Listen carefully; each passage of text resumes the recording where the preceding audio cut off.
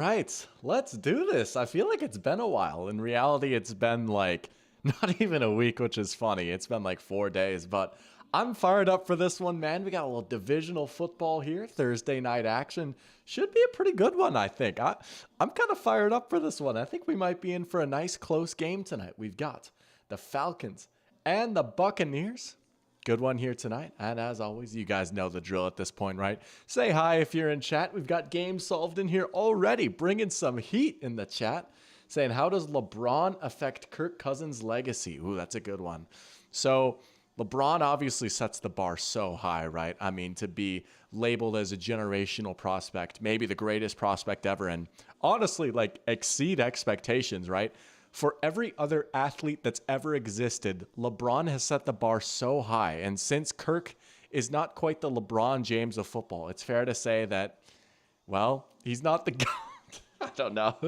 I tried to do something there with that, but I love that. I love that. How does this affect so-and-so's legacy, and always tying it into LeBron?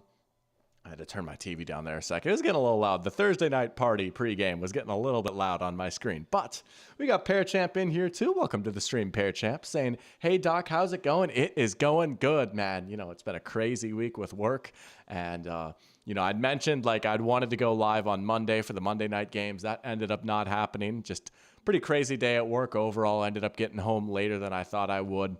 I was able to catch most of that game, which, man, that Lions Seahawks game, they always seem to deliver. But we're back here now on Thursday. And again, good one here on Thursday night. I got to say, we'll get into this game here, right? We got about 13 minutes till kickoff. I've been thinking about this one for a while, just kind of going back and forth on who I like in this game. I feel like these two teams are fairly evenly matched. I don't know. I'd say the Buccaneers overall are maybe a little bit better. Here's the thing, though, man. It's in Atlanta. The Bucs are pretty banged up. I'm going to go with the Falcons. I really do think I'm going to go with the Falcons in this one. I've been going back and forth, but Tampa's just so banged up, right? I'm looking at their injury report right now. I was looking at it a little bit earlier. Scroll down on the wrong screen. Whoopsies.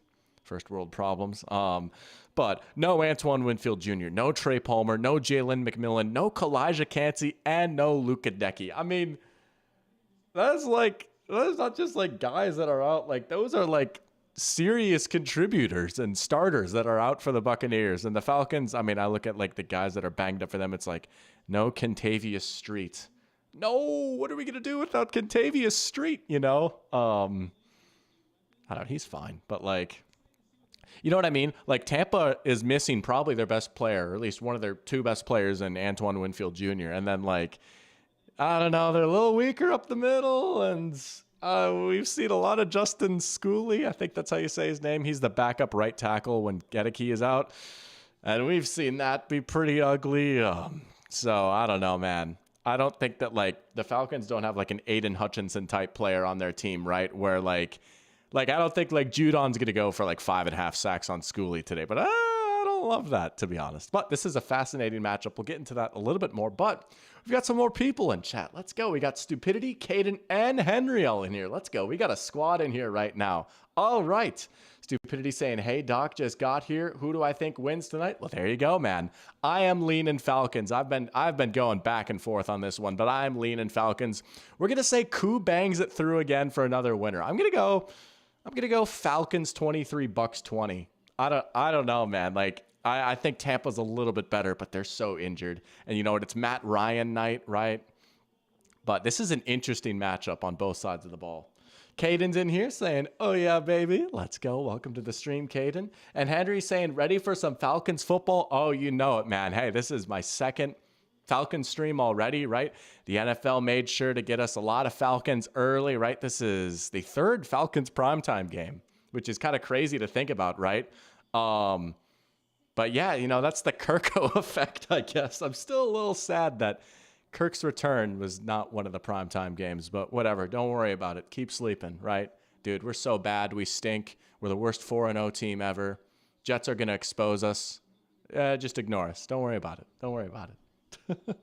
Game saying if Ray McLeod is in, then the Falcons have a 50-50 shot. Dude, Ray McLeod has kind of been goated this year, right? Kirk likes going to him. And you know what? Not a bad player. I remember like watching him on the 49ers last year, and he had a decent playoff run for him. He made some big catches. He had a huge catch in that Packers game. I was like, hey, I kind of like the way Ray McLeod moves a little bit. Like, all right, they might have something there. He's a solid piece. He's been far more relevant to this Falcons offense than I thought he would be, but he has been a big plus for them. Good signing. We got Jack in here too. Let's go, Jack. Welcome to the stream. Saying, glad you didn't stream the Hawks game on Monday. You would have seen me crash out on stream. I mean, that defensive performance has got to be frustrating, right? But I mean, it's also understandable. Like, you're without literally your entire starting defensive line, right? This Lions team obviously is really good. Geno was hooping, though, in that game. Oh, my goodness, dude. Geno was so good. I mean, it's a frustrating loss, I can imagine, not forcing a single incompletion. Jared Goff even catches a touchdown on your head, right? And Troy Aikman kept calling it a tutty. Like, he is really trying to make the tutty happen there for that play. But, I mean, overall, you can't feel too bad. You went in shorthanded into Detroit, and you looked like you belonged. So I think that was a good performance from the Seahawks. I'm not concerned about them at all. Like, they're 3-1. You know, they've played some great football. But I understand, man. I would have been crashing out, too, if that was the Vikings, right? Oh, my gosh. Middle of the field was just... Ooh. Henry saying if the Falcons could solve their red zone woes, they could really be a solid team. Yeah, you'd think like a team with like a 6'6" tight end that can jump out of the gym and is really fast. Like, I don't know. You think that like he would maybe be a good guy to go to, but dude, I don't know, man. Just like, I've been reading up a lot about this Falcons offense recently. Ben Solak wrote a really good piece on ESPN today about it. And I get the whole appeal of like, oh, Pitts is part receiver and he's a matchup nightmare against DBs, and that's true. But man, he just doesn't look very quick out there. And you would think like, oh, get it to London a little bit. But yeah, I don't know. And I feel like it's tough because against this Bucs defense with Vita Vea out there, it's not like you can run it up the middle as much with Algier. Like, it really is going to be a Bijan to the perimeter type of game, which, you know, part of that makes me excited because, like, heck yeah, like, let's see Bijan carry the ball like 18 times today. Let's get him out in space. But again, right, like, if that's all you can do, and that's really all the Falcons have shown they can do right now is run to the outside, like, it gets a little bit tougher in those shorter field situations. So I don't know. That might be one of my biggest hypotheses as to why they're struggling in the red zone so much. But there are opportunities there. The offense has been a bit of a frustrating watch at time, but there certainly have been chances there. And we know this team has talent, right? But as I'll get to in a sec, Kirk's got to earn his chains tonight, I think, maybe a little bit. But Jack's saying he's not that mad. Oh, I mean, yeah, right. You can't be that mad. But says at least we proved we can hang with the big dogs even while injured. Absolutely. Hey, I like that takeaway right there, right? If you're Mike McDonald, rally the troops. Hey, we just got to get a little bit healthier. You know, maybe you're upset with the way the secondary tackled. You know, maybe, okay, bring David Montgomery down on that one catch, whatever, right? But, I mean, the offense was awesome, dude. The offense was awesome. Henry's not liking the Pitts separation stats. Yeah, and I mean, I've seen a few clips where they're having Pitts run hitches and just does not look very good, man. I don't know, dude. Just get him running down the seam, right? Just get him running down the seam in between those safeties and just have Kirk rip it to him, right? Get him going vertically. But, I don't know, they've got him on like slants and stuff, and he's just not, he's fast, but he's not quick enough, I don't think, to be doing that kind of stuff. But, and it's not like he's a great blocker, so you can't put him in line all the time. So I get that too, but I don't know. Henry, you might have cooked with your Pitts was a bad pick take at this point, dude. It's like, what, year 3, year 4? It's like, all right, bro, you got to start doing something. You were picked above Jamar Chase and Penei Sewell, like, and Surtain. Like, all right, bro, you got to do something. You got to, and it, like, he has good football in him, dude. We literally saw him go for 1,000 yards his rookie year, but it's just frustrating. It's very frustrating. But anyways, as I was saying with like Kirk earning his chains, right? Like, I do wonder if the Falcons, I don't know, like, it's weird because you feel like, okay, you could probably attack the Buccaneers' edges a little bit, right? Like, get running to the outside. That's kind of been an issue for Tampa Bay a little bit, is like their play on the edge, right? You don't want to run up at Vita Vea, but you can kind of attack some of their other guys. But I don't know, man. Kirk might have to throw the ball a little bit today. I really think so. I'm not saying this is going to be a shootout or anything, but this running game with Bijan, like, it feels so good it feels so close to being something good, and like the talent is so obvious with Bijan. But again, there's just not a lot of variety in it right now. But Kirk has been he's been better. That's for sure. He's looked more comfortable every week. He's looked a little bit healthier, but still, like, maybe not quite driving the ball or throwing it as hard as you'd like to. Obviously never been a mobile guy, but like still kind of struggles a little bit with like play action and rolling out just a little bit. Some of the Kirk Cousins bread and butter stuff. I feel like, okay, here's the other thing I'll say. I've been talking about the Falcons the whole time. For the Buccaneers side, right? I mean, this has been an up and down affair on offense. Like, I feel like they've had 2 really good games and 2 not as great games, right? That Broncos game was pretty rough. And Baker had a lot of pressure in his face. And again, I don't love Gedeke being out tonight, right? Because I don't know, their backup right tackle situation has been pretty rough so far. And that is similar to Kirk. Like, that's kind of been an issue for Baker, is like, all right, you get some dudes in his face. That's maybe when some of the mistakes start. That's when he starts maybe taking a sack he shouldn't, right? Still a very good player. Like, I don't want to be down on Baker too much, because he's been playing some great ball this year. But like the Lions game, like, he played well enough and they won that game, but it's not like Tampa like lit up the Lions offense the way the Seahawks did on Monday night, right? It was kind of an ugly one. And so, I don't know, like, these safeties are going to have some interesting matchups, right? Mike Evans, Chris Godwin. Chris Godwin's kind of been great so far this year. I do like this Falcons secondary enough. Like, honestly, I will say, I think I was fairly low on the Falcons defense going into the year. You know what? They've been all right, man. They've been all right. I still don't love them up front. I'm seeing Troy Anderson is out too. I forgot about that. He had a good game last week, but all right, But I'm going to go Falcons. Game solved with a couple of questions, or I guess just one question, saying, should I trade David Montgomery for CMC? My team also has Bijan, Gibbs, and Flowers. Oh, I mean, if you really like Bijan and Gibbs and you want to take a swing at CMC, fine, I get that, right? I think for me, honestly, dude, I mean, when is CMC actually going to play next, right? Like, there's rumors of like November, but like there was also rumors that he was going to play week 1, and you're hearing things like Achilles tendonitis, which like I've never even heard of before. And that's a little scary, right? Tendonitis is scary. Achilles is scary. And the 49ers, I honestly don't think they should be in any rush to bring him back right now with how good Jordan Mason is looking, right? Like, why would you do that to yourself? It's not like, oh, they miss CMC right now. I mean, maybe a little bit. Like, I'm not going to deny that, but they're still able to run the ball really well. So I don't know. And I like David Montgomery a lot. I say this as someone that has David Montgomery on one of my fantasy teams and has been consistently very good for me so far. I don't know, dude. I might hold on to David Montgomery, honestly. And especially with Bijan, who's been kind of a frustrating player to own in fantasy so far. And even Gibbs has been a little bit frustrating. Game says he thinks he's coming back week 7 and 8. I get that. I don't. Maybe you've like seen reports that I haven't yet. To be honest with CMC at this point, I'll believe it when I see him back out on the field. Like, he went to Germany. Like, that's usually not a good sign, I don't think. Going all the way to Germany to get your Achilles tendonitis looked at.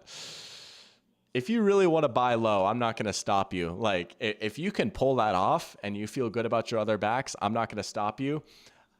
My advice might be, let's see how Bijan plays today. I know he's going to look good. Let's see how many yards Bijan actually gets, right?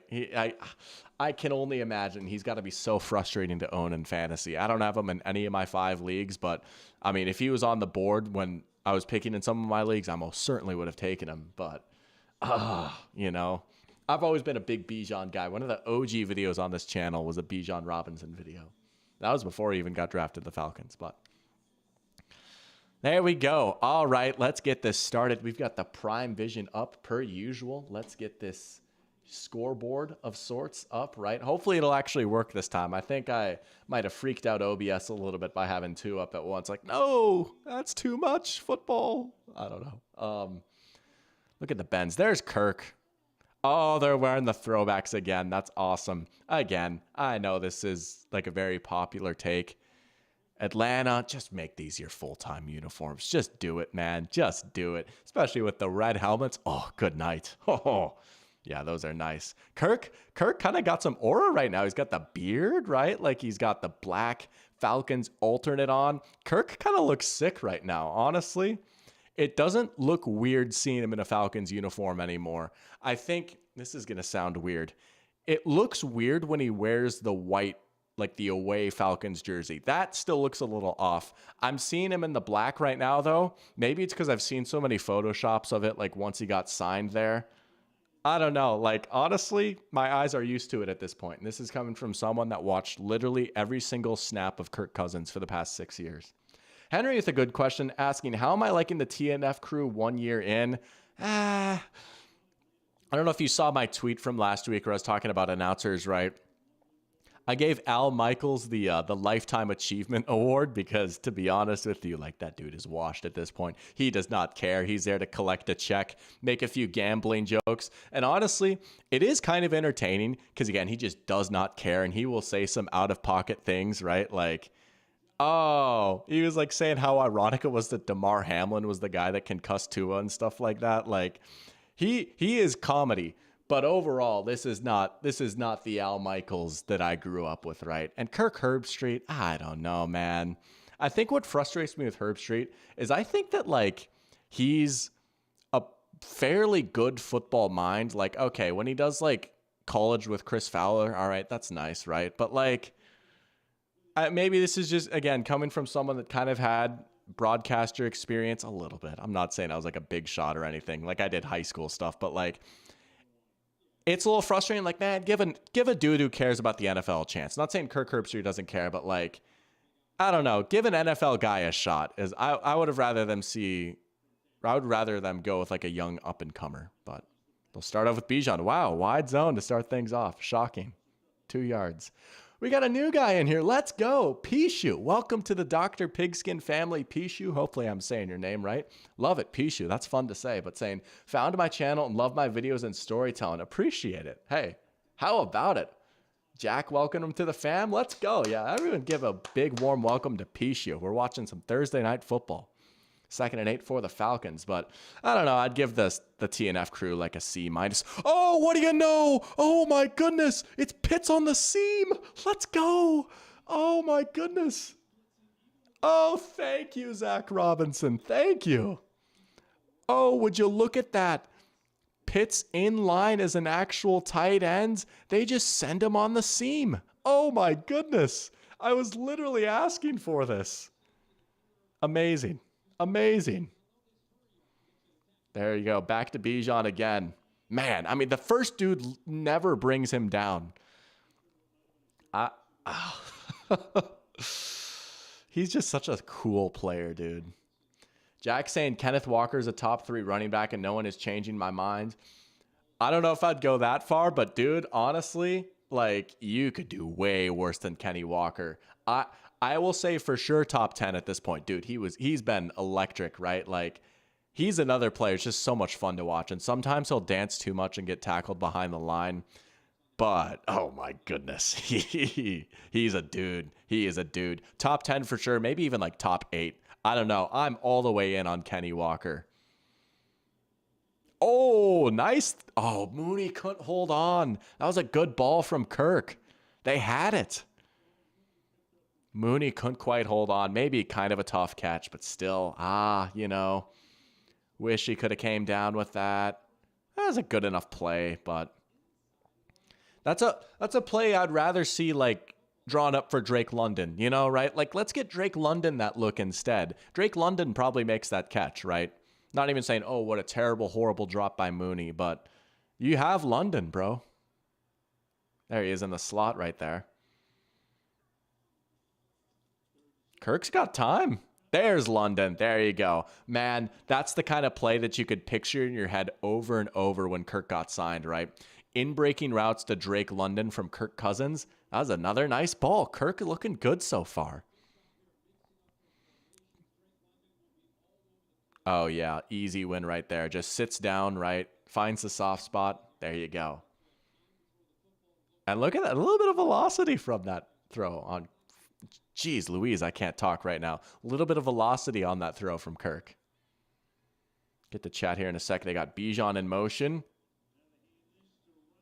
Nothing. Pishu saying he's checking out the stream and watching the game. No implications for me as a fan, but checking it out. Hey, I don't have any implications either, right? I like to say, oh, maybe the Falcons are my second favorite team a little bit, right? But again, neutral football enjoyer, right? Let's have a good game here tonight. I can root for the sport. Game saying Bijan is averaging a little less than 4 yards a carry for the season. Do you think it's his fault, the O-line's fault, or the play caller's fault? I don't want to blame too much of the O-line, but it's something I've kind of harped on them a little bit, is that they're a little one-dimensional. As London's going to score. Oh, my goodness. What a start. Drake London touchdown. Oh, my goodness. What an opening drive for the Falcons. 7 plays, 70 yards. There you go. Kirk wants to earn his chains. Dude, this was a Minnesota Kirk drive right here.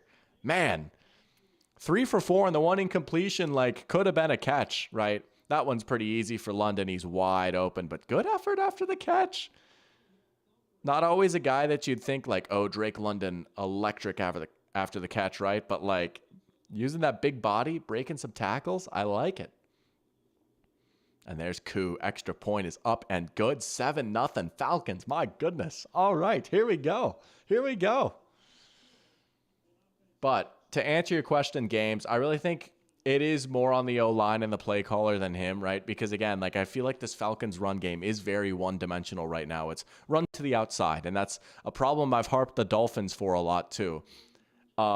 When they first brought in Arthur Smith, right? Arthur Smith was captain zone. I mean, there's a lot of guys that you could call captain zone in the NFL, right? But man, the way they built out this offensive line, it was to run zone, right? And it's interesting because Bijan obviously has the build and the athleticism to be a great zone runner. He has the vision to be a great zone runner. But at Texas, it was a lot of runs between the tackles, right? And so when they brought in Zach Robinson from the Rams, who, was under Sean McVay last year, and that was the big thing with the Sean McVay Rams was, wow, they went away from zone. They're doing power and duo, they're running up the middle now with Kyron Williams, and it's really working, right? Maybe some defenses are catching up to zone a little bit after it just went crazy for a few years. So you think, okay, wow, we're going to see Bijan maybe run between the tackles a little bit like college. This is going to be awesome. Just hasn't happened. They don't have the line to do it. They just don't have the line to do it. And maybe that was more of a Sean McVay thing than a Zach Robinson thing. Maybe Zach Robinson's I'll show them. I can run zone like the best of them, But I don't know. I mean, I know I'm a big Bijan worshiper or whatever. But dude, there's no way you can think it's his fault. When you watch him with the ball in his hands, I mean, my goodness, there's just no possible way that it can possibly be his fault, dude. He's such a good player. I don't know. That's my Atlanta Falcons run game take, I guess.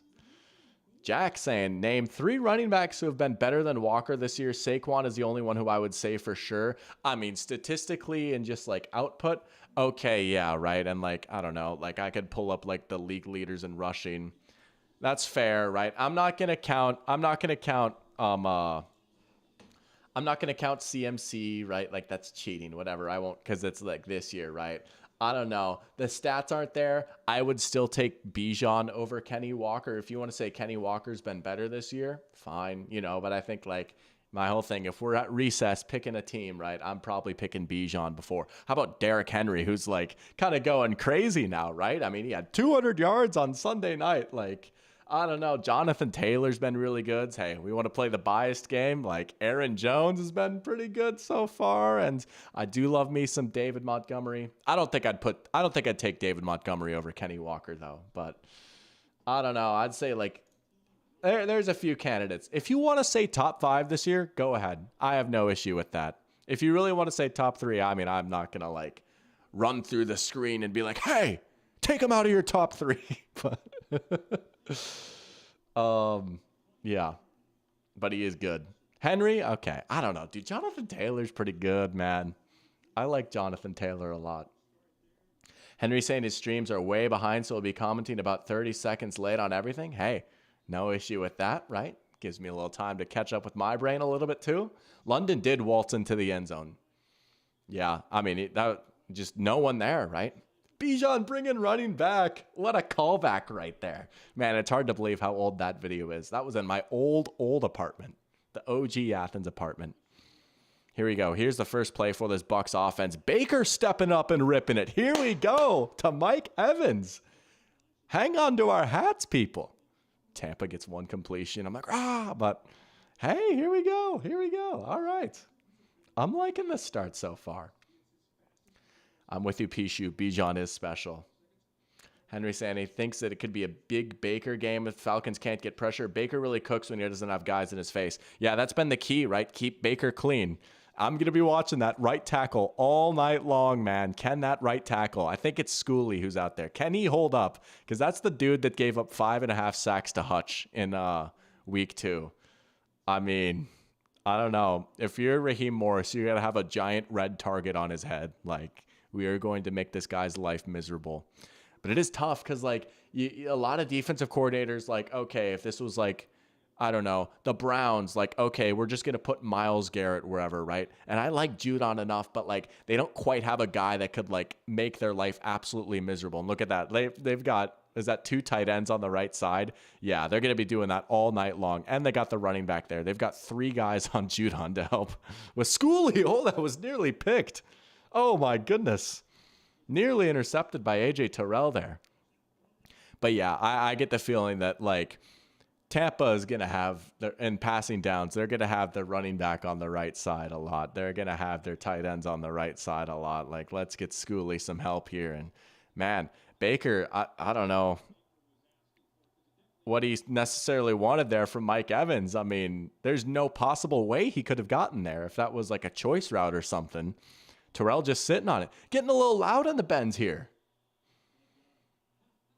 Here comes pressure. Baker with time, though. Oh, that's a nice throw. There you go, Henry, right there. Baker with time, and he rips it to Evans. I mean, a lot of quarterbacks are good when they're kept clean, right? No, wait. Oh, wait, never mind. All right, just kidding. I thought I had something spoiled by my ESPN thing, but I think that's behind too, which I won't complain about. But, yeah, that's a nice ball. Tight window right there. Kenny has 5 touchdowns in 2 games. He's Jack's Pookie. I get that, dude. I mean, I kind of forgot. Yeah, he has been injured a little bit, hasn't he? Jack also has Baker and Bijan in tonight for fantasy. Well, here you go. Here you go. Baker, not off to a bad start. Maybe we'll get a Bijan touchdown here. Pitch out to White. All right, I'm sorry. I got to say it. Maybe it's because I have him in a bunch of my fantasy teams, and I was kind of high on him going into the year. You know, I had him as a little dynasty stash, and I've actually got him starting on one of my dynasty teams today. I'm sorry, dude. I've seen enough Rashad White for the rest of the year. I've seen enough Rashad White. Let's get Bucky Irving in there. Oh, geez. Someone's down. Who is 19?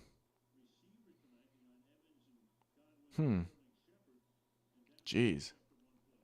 Well, this is a Tampa receiving core that, while they have a very good 1-2 punch at the top, can't necessarily, they don't want to see another guy go down. They're already without Trey Palmer and Jalen McMillan. Is that Sterling Shepard that's down maybe? Man. Jack says the Benz is without a doubt his favorite stadium. Wow. I'm not dissing the Benz here, but that's like a little bit of a surprising take. I feel like a lot of people don't have the Benz up there. I will say it is a beautiful venue. It really is a nice venue. Like, you look at like the halo, and they've got the retractable roof, and it's got a cool enough design. And obviously I love the concession prices there, right? Gotta love the fan friendly, you know, you can get wings and fries and a beer for like $15 or something. Like, that costs like $45 and your left leg at a lot of stadiums. So I do appreciate that. I will say Benz is pretty cool. Maybe I was a little too hard on the Benz, like 2 seconds into that take, but it is nice. I've been to a Falcons game now there too, right? Kind of crazy what happened in that game, the past or not. But anyways, Stupidity saying some teams have replacement O-line guys and some teams have Tanner Bortolini's Dude, I'm sorry. I'm about to expose myself. I don't know who that is. It's crazy. Game solved. And both Henrys with some good questions here. Game solved asking, do I think that the Falcons rushing attack will be a temporary or constant issue this year? Every team has 2 or more rushing touchdowns except the Falcons.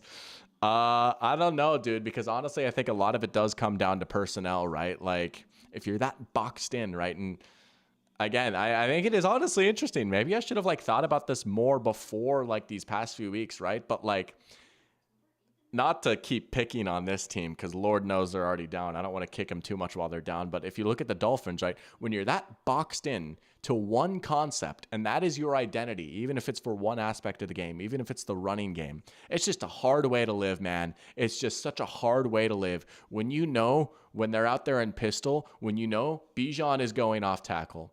Like, I mean, look at what the Steelers did week 1, right? Once they figured that out, TJ Watt was like, all right, cool. I'm going to break the game now, right? I'm going to break the game now. So I do think that is a legitimate issue, even though, like, you look at some of the talent there and you think, oh, this offensive line has been held in high regard in the past. They have not really grown or evolved. And, man, if you had Bijan on, like, the 2021 Falcons, like that would have been sick, you know, but it's been a while now. So I don't know. Fellow Rashad White owner, sad stuff, says Pishu. Yeah, that's tough. Henry saying, have you seen any similarities between the Falcons defense this year and Raheem was running in LA? I'm going to be honest, dude. I'm going to have to dive a little bit more into that. I know Raheem, like he's always been a big, all right, we're going to play zone coverage, cover 2 all day, right? These 2 deep safeties. I don't know. Like, they don't have like a Michael Hoyt type out in coverage, which is good. But unfortunately, I don't have a cool answer for you yet. Like I'm going to have to like actually study this Falcons defense a little bit more. I've been lacking on watching the all 22 a little bit recently. I've just been so busy, man. It's so sad. So I don't know. Maybe you'll take some notes tonight and then go compare to like the Rams defense last year. But I do know like last year, man, the one big takeaway I had from the Rams defense last year, too many plays where their edge defenders were out in coverage. I mean, we all know the Michael Hoyt play where he's guarding Sam Laporta on 4th and goal in the playoffs and Laporta scored on him so easily. It's like, yeah, man, we can't be doing that. I'm sorry. Oh, what a throw by Baker to Godwin. So let's just hope for no Matthew Judon coverage snaps tonight. How about that? But I will say, regardless of the schematics, Raheem did a great job in LA last year. I mean, everyone thought that defense was going to stink, and they got some good performances out of a lot of young players. And their defense is maybe not quite as good this year. Stupidity says Colts backup center played this last week. He fit right in and played great. Hey, Colts offensive line factory. Let's go, baby. Let's go. That's right. Ryan Kelly was out, wasn't he? Man. Less people want to be fat to play football, says Jack about the offensive lineman.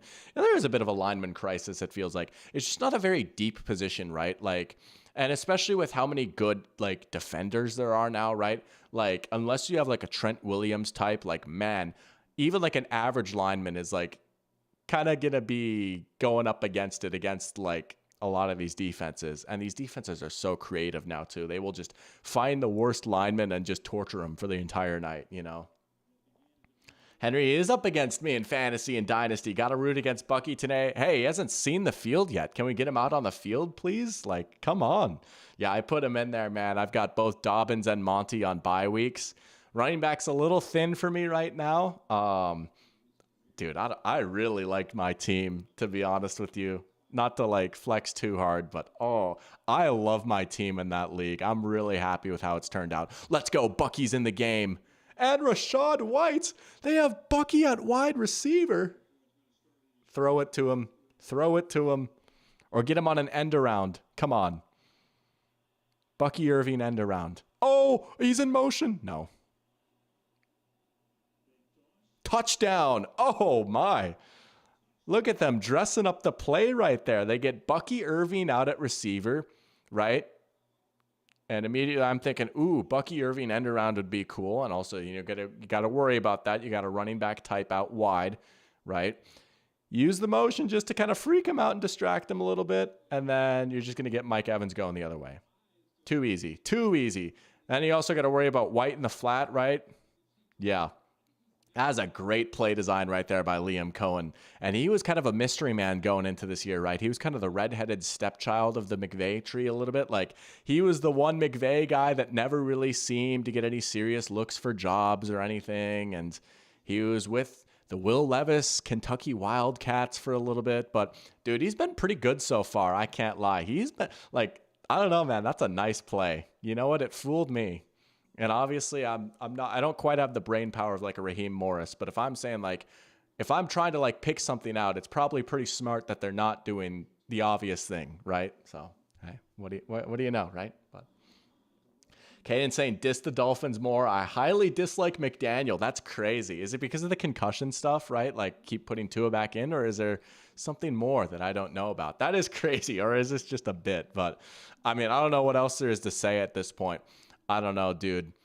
I mean, even if Tua was out there, would things really be that much better? I saw a really good tweet from Charles McDonald today, and like, I never even like, I mean, I like always felt this, but like, it's never been articulated. Good point though. Dolphins haven't scored 21 points since like week 12 of last year. Like, this has just been a problem. Like the offense is broken, man. I'm sorry. Like, this is what I was kind of worried about, right? Like, that's a team that has not really shown the ability to adapt. And like, I don't know, man, the league is kind of caught up a little bit. I heard on the Mina Kimes podcast today, they compared him to Chip Kelly a little bit. It's like, oh no, but honestly, maybe. I don't know, man. I honestly think here's my Mike McDaniel take, right? I said like, yo, he's not going to be the coach after the 2025 season. I honestly think that's going to happen. Next move for him, Mike McDaniel, welcome to the Big 12. I actually thought about this past week. Honestly, I think Mike McDaniel would be such a sick college coach. I don't even mean that as a backhanded compliment. I honestly think that he could do all like, I don't know, like I just feel like the college game is maybe suited a little bit more for what he wants to do schematically. And I feel like the college kids would be like, oh yeah, this dude is hilarious. Like this dude is hip. I honestly think he could build like a really fun, like Big 12 program or something. I am genuinely like I'm bought in on this timeline now. Like I built up this reality in my head. I don't know what school would hire him, but like, I don't know. Or like he'd go to a bigger program than that. But like, I'm trying to think of like a program that's like big, but not to the point where like, oh, they're going to fire their coach. Maybe Henry or one of our college football experts could cook up a good fit for him. I don't know, Henry, what do you think? If you could like match make Mike McDaniel to one college program, who do you think it would be? Because I'm all in on this Mike McDaniel college coach timeline. Like I would actually get pretty fired up for that. I don't know. That just might be my like out there, like let's see it, but Jack saying just don't talk Tua. Talk Tua. Yeah, I'm actually going on Talk Tua next week. Talk Tua. Bucks did instantly respond back to the game, by the way, but I love these commercial break yap sessions that we have. I mean, that's why we do this, right? To talk Tua. Dude, I'm on one right now. I still can't I'll like trip over my words sometimes, but I feel like I'm in good form right now. Anyways. Nah, the Bucks, honestly, that was a good response of a drive right there. Both these quarterbacks look pretty good so far. Stupidity asking if either of these teams have a defense or what. I think their defenses are fine, but not like superstar level or anything. Look at it. Kirk, a nice throw to Mooney. Let's go. Kirk is dialed in right now. I do think that the talent on offense outweighs the talent on defense a little bit, especially with Tampa's injuries. So, again, they miss Winfield right now, man. Look at that. Just like, granted, that was more towards the boundary, and the corners haven't been quite as strong without Carlton Davis now. And, there's only so many hits you can take at a position group before things start to get a little hairy. Kirk, all sorts of time, able to get to his check down. There's Algier. All right. Covered up pretty well right there, but, that's Kirk, right? He will find his way down to the check down. Jack saying he agrees with disliking McDaniel. I feel the same way about George Kittle. I feel like they try way too hard to be funny. They are definitely like the goofy guys, right? And, it's easy for it to wear thin after a while, and especially if you're not winning as much. And there's the whole George Kittle, like, hi, George, when like he should be diving on the fumble. It's like, all right, bro. Yeah, you probably should be doing that. I feel like this year is starting to and again, I'm not I'm not like Mr. Psychology or anything, but just like, doesn't Mike McDaniel just here, like he just doesn't seem, and granted, like a little bit tighter, like almost like he knew, like, man, like we kind of got to like take a step up this year. Like, haven't seen as much, and obviously like losing your quarterback in horrific fashion, that's going to do a number on you too, I bet. So I don't know. What do I know? Right. But I appreciate it, Henry. Thank you. Saying he loved my written piece on the website. That's awesome. I really appreciate that, man. I'm glad you enjoyed it. Yeah, I had a lot of fun writing that. I had to revisit some childhood trauma there, but that was a fun piece to write. Oh, Kirk with a lollipopper right there to Ray McLeod. No, that was a fun story to write. You know what? Why not? Why not us, right? Let's listen to the 9-year-old kid inside of all of us. Let's do it. One day, I'm going to write the Minnesota Vikings in on that last page. One day. I've got my pen with me still, all these years later. Stupidity saying a corner blitz and the left tackle is just free to take it. Oh, I love Texas Tech, Mike McDaniel. I love it. I love it. That's awesome. There's Mooney. Mooney's going to throw. Oh, no, he just threw it away. You know what? I can get down with that. Mike McDaniel, the Mike Leach successor. Let's go. Let's go. I'm all in on that. I might make a Texas Tech dynasty now, and I'll create Mike McDaniel. That might actually be a fun series. Well, I don't know. Maybe I'll mess around to do that. The Mike McDaniel alternate reality. All right, so we're gonna send the house. You want to come play for us, man? We'll get you on the move, and I don't know, man. That's my best attempt at a Mike McDaniel right there. He is a funny guy, though. I still kind of like him. I don't think he's maybe quite the messiah that he once was seen as. He seems like a funny guy, though. Kind of a cool story, too. He's worked through a lot of stuff in his personal life to get to where he is now. So, cool guy, but I don't know about Dolphins' Lord and Savior. The Bears need an OC. Here we go. Our weekly Shane Waldron conversation with Jack. Yeah, they probably do. Hey, they won, though. They won. Maybe Shane is back. Here's a big third down. Here you go. Red zone right here. They're just barely in the red zone. Here you go, Henry. This is like a big spot for the Falcons that we were talking about pregame. And there's Kirk under pressure. Down he goes. Pocket collapsing. There's Vita Vea, the big dog. Oh, you want to talk about a dude that's had an unbelievable career so far. Vita Vea, my goodness. Just collapse in the pocket. Yeah, stupidity saying max protected. Can't handle the 4-man rush, which honestly is not something that you have typically seen from this Tampa Bay Buccaneers defense, although I guess they just didn't block Vita Vea. Dude, there must have been a blown assignment or something, because it should not be Bijan Robinson one-on-one with Vita Vea. I mean, you never want a free runner up the A gap, right? It's okay. Coup is money, though. Oh, no! Oh, there's a flag down. He's offsides.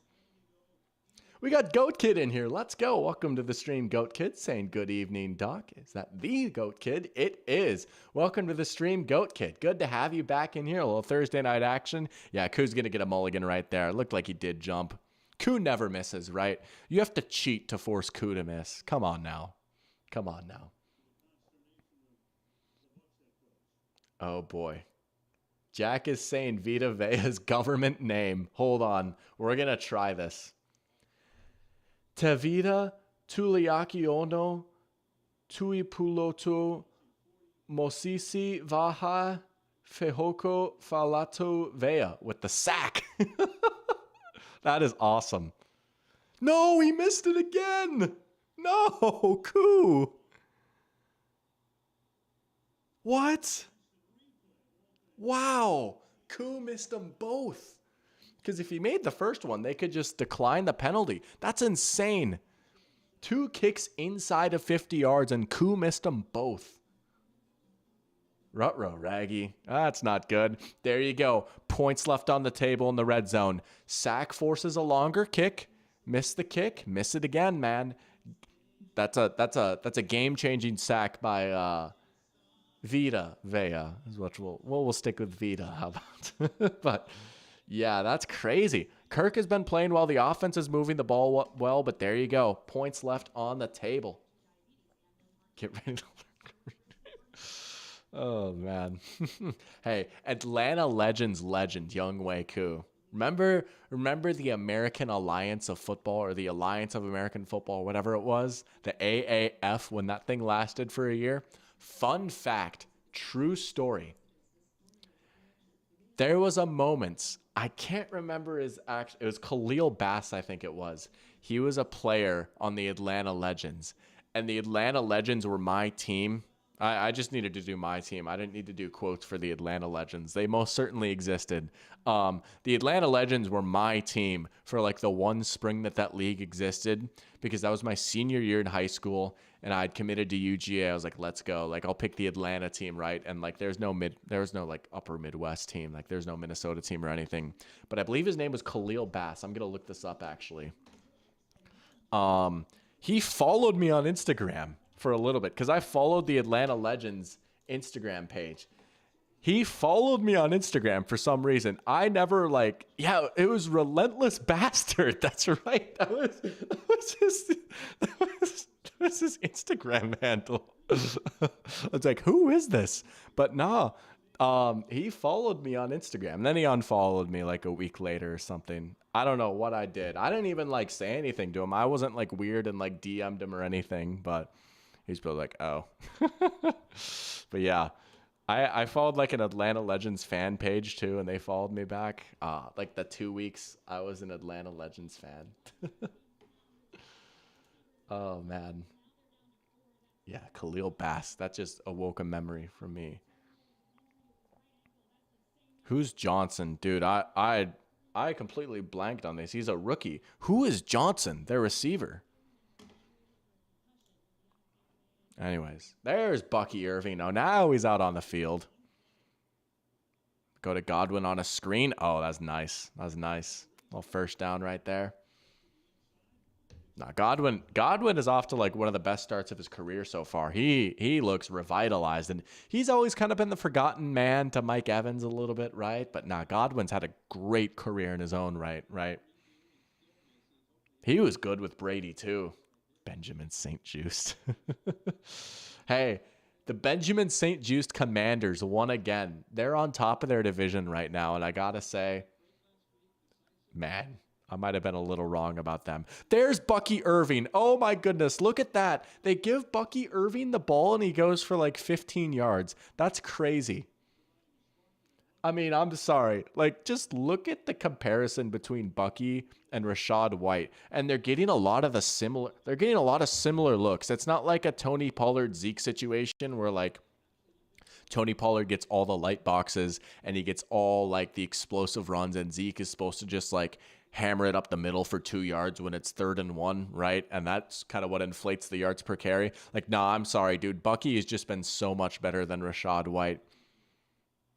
Now they'll go play action with Bucky. Baker, time, stepping up, going deep. He's got him, but he overthrew him. Would have been a very tough throw right there. You can't hate him for missing that, right? That is a tough throw. But he did overshoot him by a lot. If it was overthrown even a little bit less, maybe he can lay out for a little bit. There's Sterling Shepard. All right, Sterling Shepard is 17. They had it, though. They had it on the play action. Send him running down the middle. There's Liam Cohen. I'm not going to lie. I did not know he looked like that. I didn't know what Liam Cohen looked like until just that very moment. There's some of these coordinators, like I know them and I know their offense fairly well. I don't know what they look like, though. Or defense, I guess. There's defensive coordinators. There's Godwin again.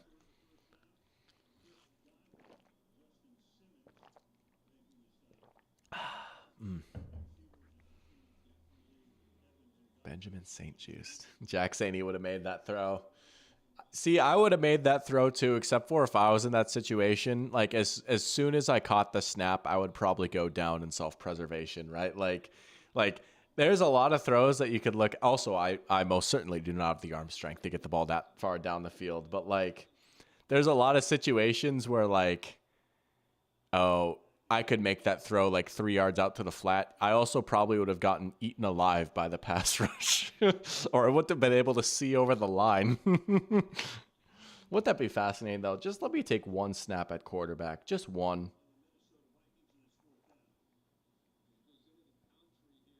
Doctor versus NFL team. Who would win? That would be a fun video until I, end up in a hospital. There's Godwin with a drop. It's not a drop. It was behind him. Well, let's see if Chase McLaughlin can make his kick. This one's a little bit further away. And he got it. All right. Bucks lead 10-7. There you go. Should be a tie game if you're Atlanta. If not, maybe even a little bit more. But good job by your defense to not allow a touchdown answer after the missed field goal, right?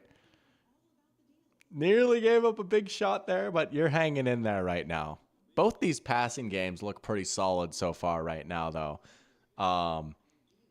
This might be, I don't know. I was saying earlier, like maybe Bijan just runs outside a lot. I don't know. Maybe, again, this is where Kirk can earn his chains a little bit. Maybe this is a Kirk Cousins 35 attempt game, Maybe. 7 for 8 right now, man. 7 for 8. Jack Senior doesn't have the arm strength either, but he has the height. He'd make it work. I like that attitude, right? Big and tall and can see over the line like Phillip Rivers. If you know, you know. Phillip Rivers can see over his offensive line. Oh, that's awesome. That's awesome. But I don't know. I'm excited to see this Falcons offense back out on the field again. I've been impressed with both of these offenses so far. There's Todd Bowles. Subject to one of my videos. Some hilarious comments about Todd Bowles in that video's comment section. Some of the comments I get crack me up so much, man, in so many different ways.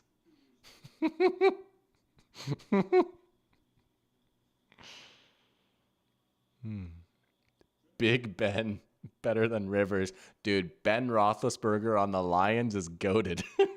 Some say that's the best year of his career with Coach Carroll.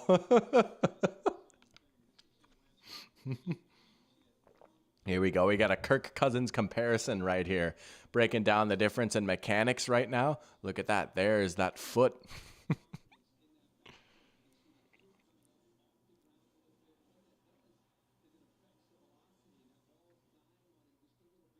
There you go. That's something that's been talked about a lot. And I won't claim to be the leading authority on quarterback mechanics, but when that back foot goes up, swings around a little bit, it's not quite as pronounced as we've seen in some of these other games. But man, that's a big reason why he hasn't quite been able to just like rifle the ball like he used to, right? Kirk was never a dude with like Josh Allen arm strength, but man, he could throw it on a line into some tight windows, and that was one of his best attributes.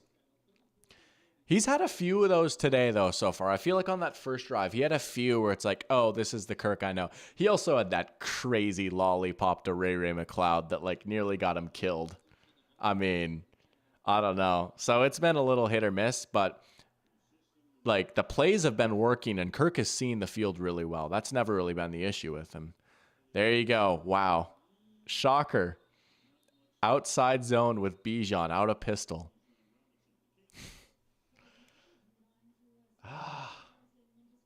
I don't even hate the pistol. It's just like, as soon as they get into pistol, we know what's coming. We know it's going to be a run to the outside.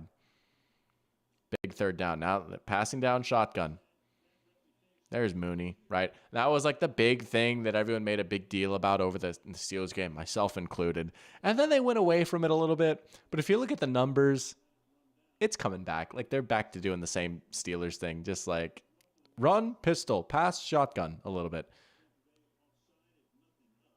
I say that, well, they're not going to snap this ball. They got him pistols. Like, I say that. They're going to, like, actually do play action off a pistol here. But anyways, first quarter, good game so far, 10-7.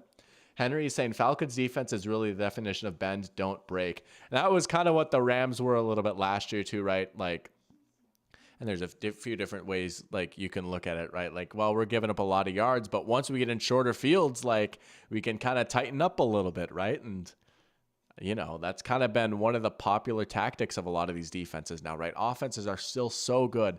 I'm still not ready to hear this like, oh, the NFL has gotten worse because points are going down, right? Like, no, like the talent on offense is so ridiculous. You look at how many good receivers there are, how good some of these quarterbacks are, how good some of these offensive play callers are, right? Like, if you're going to stop them, you might as well just like clamp up and stop them like near the red zone, right? When the field gets a little bit shorter, like you just got to make those windows tighter and tighter and tighter. So, I mean, it stinks to like let up all those yards, but if you're actually good, like in the red zone and shorter field, if you can like actually get a sack or a turnover, which can be a little bit hard to lean on, but like, I mean, we've seen some good bend but don't break defenses recently, I don't know. Stupidity says if points are going down, then all that means is defenses are getting better. I'm with you, right? I mean, think about like look at Brian Flores, look at Mike McDonald.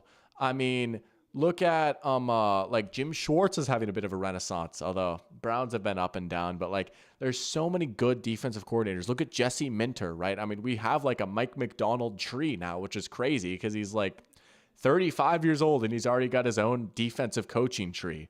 I mean, yeah, and like look at how talented these edge rushers are, and you've got safeties that can line up at literally every position, and like, you got freakish defensive tackles and stuff. Like corners have gotten good at taking away the boundaries. Like, yeah, like defenses have become really good. Like they're fighting fire with fire. Like defenses are fighting back, I don't know, man. I just now, probably the most common type of comment I got on my video where I talk about the scoring decline was a lot of people were saying like, well, like all the good quarterbacks are tired. Like, no, like I just don't buy that. Like, I'm sorry, just because like everyone's childhood goats retired doesn't mean that like the NFL just like look at Mahomes as like the perfect example. His stats in 2018 were crazy. 2018, 2019, and some of that you can chalk up to losing Tyreek Hill, but like, it's just not the same for him anymore. He can't chuck it downfield like he used to. Like, it's just harder to do that, Like, I don't know, man. Look at Herbert. Again, like he kind of came into the league near the end of like the offensive explosion. Still a really good quarterback. Some of that you can chalk up to the receivers, but like he's kind of turned into a guy that like doesn't throw it deep as much anymore, right? There's Kirk play action. He's rolling out. He throws on the run, and he just throws it away. Baker almost one-handed that. He's being a little goofball on the sideline. I don't know if the regular broadcast angle was showing that, but he leaped up to try and one-hand the throwaway, and then he like squatted down and looked around like he's been a little goofball. Stupidity saying we've had offensive favored rule changes happening for 2 decades now. Yeah, right. And I just think it's so funny. Like scoring goes down for a few years, and it's just the biggest crisis in the world. It's like, all right. I don't know. And even then, like, we still see a lot of high-scoring games. I mean, look at Monday night, right? Jack saying, someone say Mike McDonald. One of the 2 names that can summon you. Oh, my goodness. Yeah. They're going to get a flag for the hit on London. Oh, he's kind of hobbling around now. Now, that was not a very good ball by Kirk, right? And there's that lack of velocity again. You're thrown over the middle into those tight windows. You got to rip that sucker. And just a lot of air under it, and the defense killed him. I get why they threw the flag, though, but that is kind of like a tough break for the Buccaneers. Like, honestly, like, they probably didn't expect the ball to take that long to get there. I mean, yeah, he's leading with his head, though. I mean, again, you have to call that a flag every time, right? Like, you have to protect the players, like... But it's a tough spot to be in if you're a defender. I get that too. Kirk kind of got hit on that play too. There's Algier. Bijan in motion now. Look at that. Look at him. Look at both these teams putting their running backs out wide and then motioning them for a little bit of eye candy. We got a flag down. We might be getting a hold right here. Decent run for Algier. This one's probably coming back. Parachamp likes the OG Falcons uniforms. Yeah, I'm with you, dude. Like, honestly, might have to get one at some point. They're so sweet. That hoodie that Raheem Morris is wearing is pretty sweet, too. Yeah, there's a hold. More flags. Yeah, sloppy start to the second quarter so far. A couple of penalties. Is that their backup center?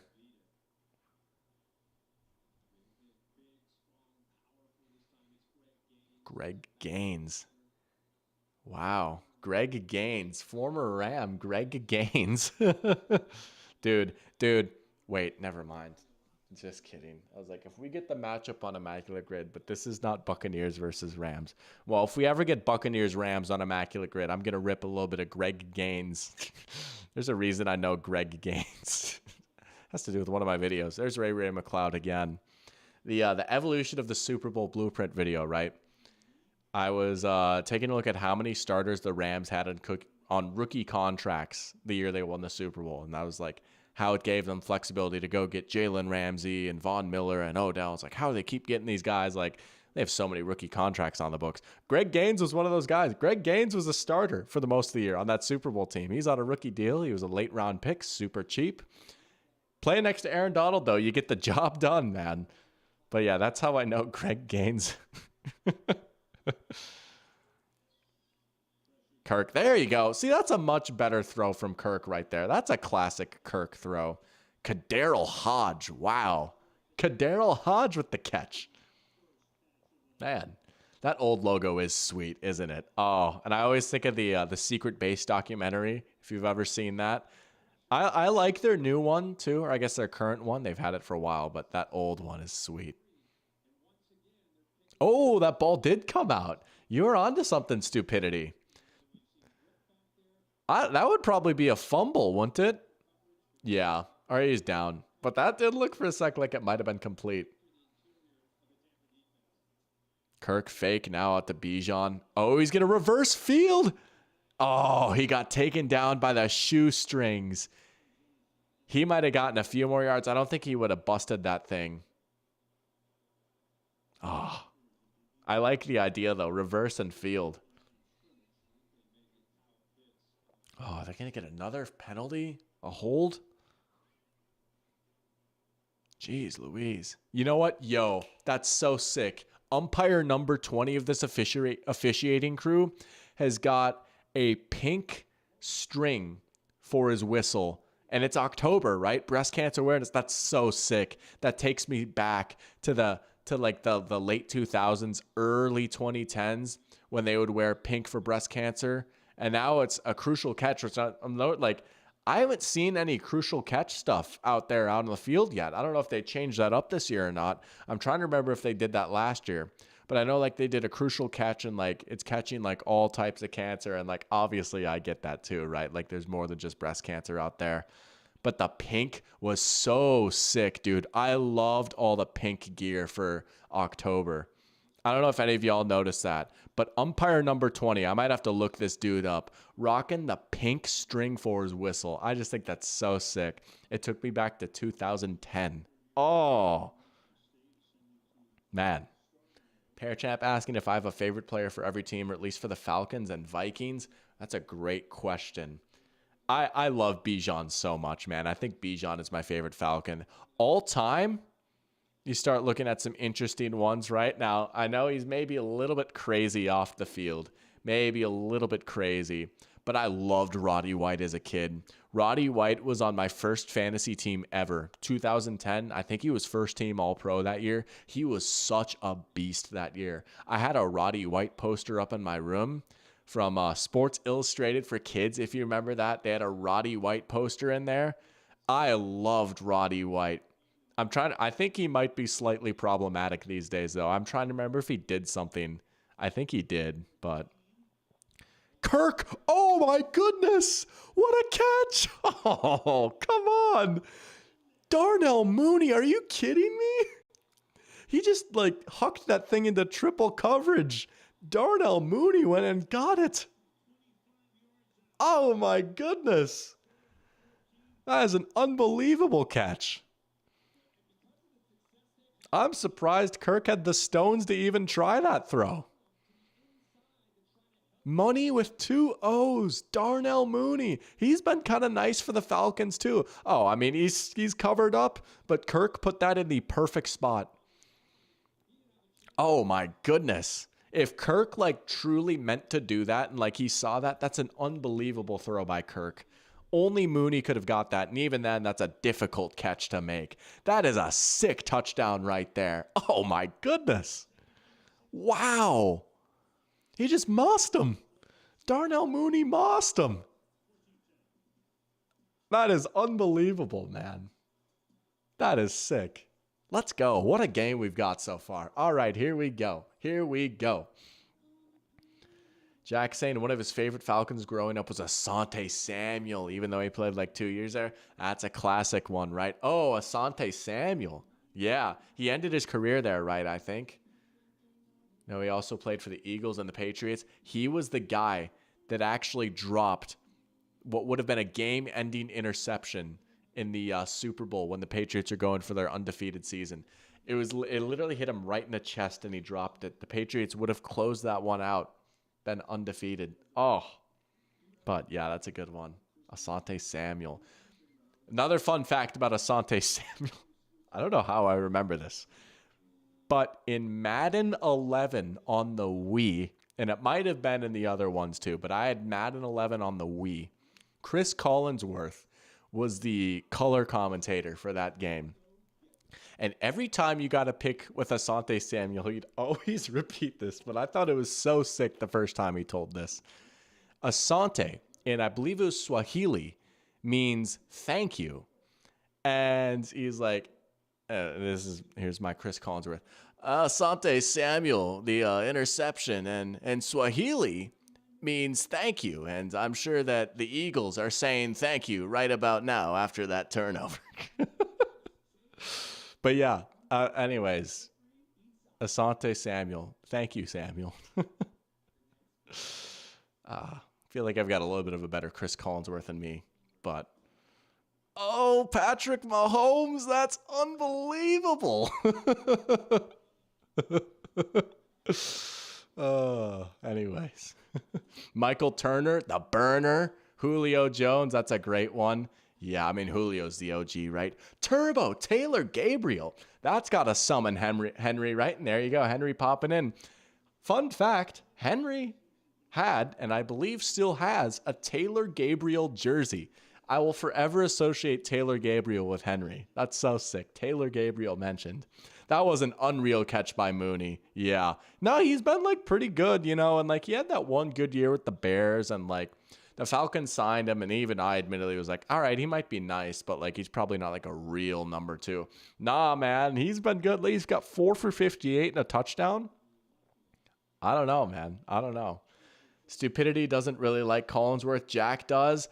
I tend to border more on that I like him. I can get how like maybe he can be a little bit annoying, right? Like he'll gush over a player. Oh my goodness. Who's Tucker? Oh my goodness. Oh my goodness. He just ran him over. There's that dynamic return right there. Stupidity saying he only gasses up Mahomes. I get like that can be annoying, right? Like I get it. I feel like he gives other players some love, right? Like, dude, he was loving Matthew Stafford's performance against the Lions, but I don't know. I can understand, especially if you don't like the Chiefs or if you're playing against the Chiefs. Like, yeah, it's a little annoying, right? Like, I totally get that. I kind of like him, though. I don't know. I like his enthusiasm. I think he offers fairly good insight. I feel like he's pretty good. I wouldn't call him the best color guy, but I feel like, okay, like, I'm cool with having him on my TV every week. I kind of enjoy him. But I understand, like, and I also think he's gotten a lot better. Like, earlier in his career, yeah. He's gotten a lot better, but kind of like my Joe Buck take. Like, I don't know. I just think that those two guys, they've got dunked on a lot, rightfully so, but I also think they've improved a lot. But Jack saying he'd rather have him gas up players and have no personality. That's a little bit of Brady's problem right now. Brady's been, I don't know. He just, for someone with his experience and his resume, I don't know. Like, it just doesn't offer as much as I kind of could see, like, Brady not being good coming, you know, like, Brady, Brady is almost like too much of a weirdo. Like he's just like, he doesn't have as much, I don't know. Like when he gets excited, it's just kind of feels weird almost. But then again, maybe I'm just like being too hard on him. This is his first time ever. But I also, if it's his first time ever, maybe he shouldn't be on the A team. That's what I'll say. Maybe he shouldn't be on the A team then. I don't know. Let him work his way up. How about? Meanwhile, Buccaneers are near the red zone already. And there's Mike Evans for a touchdown. Bare naked in the end zone. Man, I don't know who, I couldn't quite see what corner that was, 33, but he's like, yeah, that one's on me. Man, Mike Evans just kind of cooked him there. What an answer from the Buccaneers. 3 plays, 44 yards. They get the lead back thanks to the good return. Yeah, the offense is going crazy right now. I had a bit of a low-scoring game. Nah, dude, these two offenses are locked in right now. Look at that. Like the Bucs offensive line is holding up pretty well right now. They look pretty good in pass protection. Baker has had time. There you go. He's had time. Baker is baking. Dude, Baker might be on his way to another monster game. Are we guaranteed at least 70 combined points? There's a real shot, man. There's a real shot.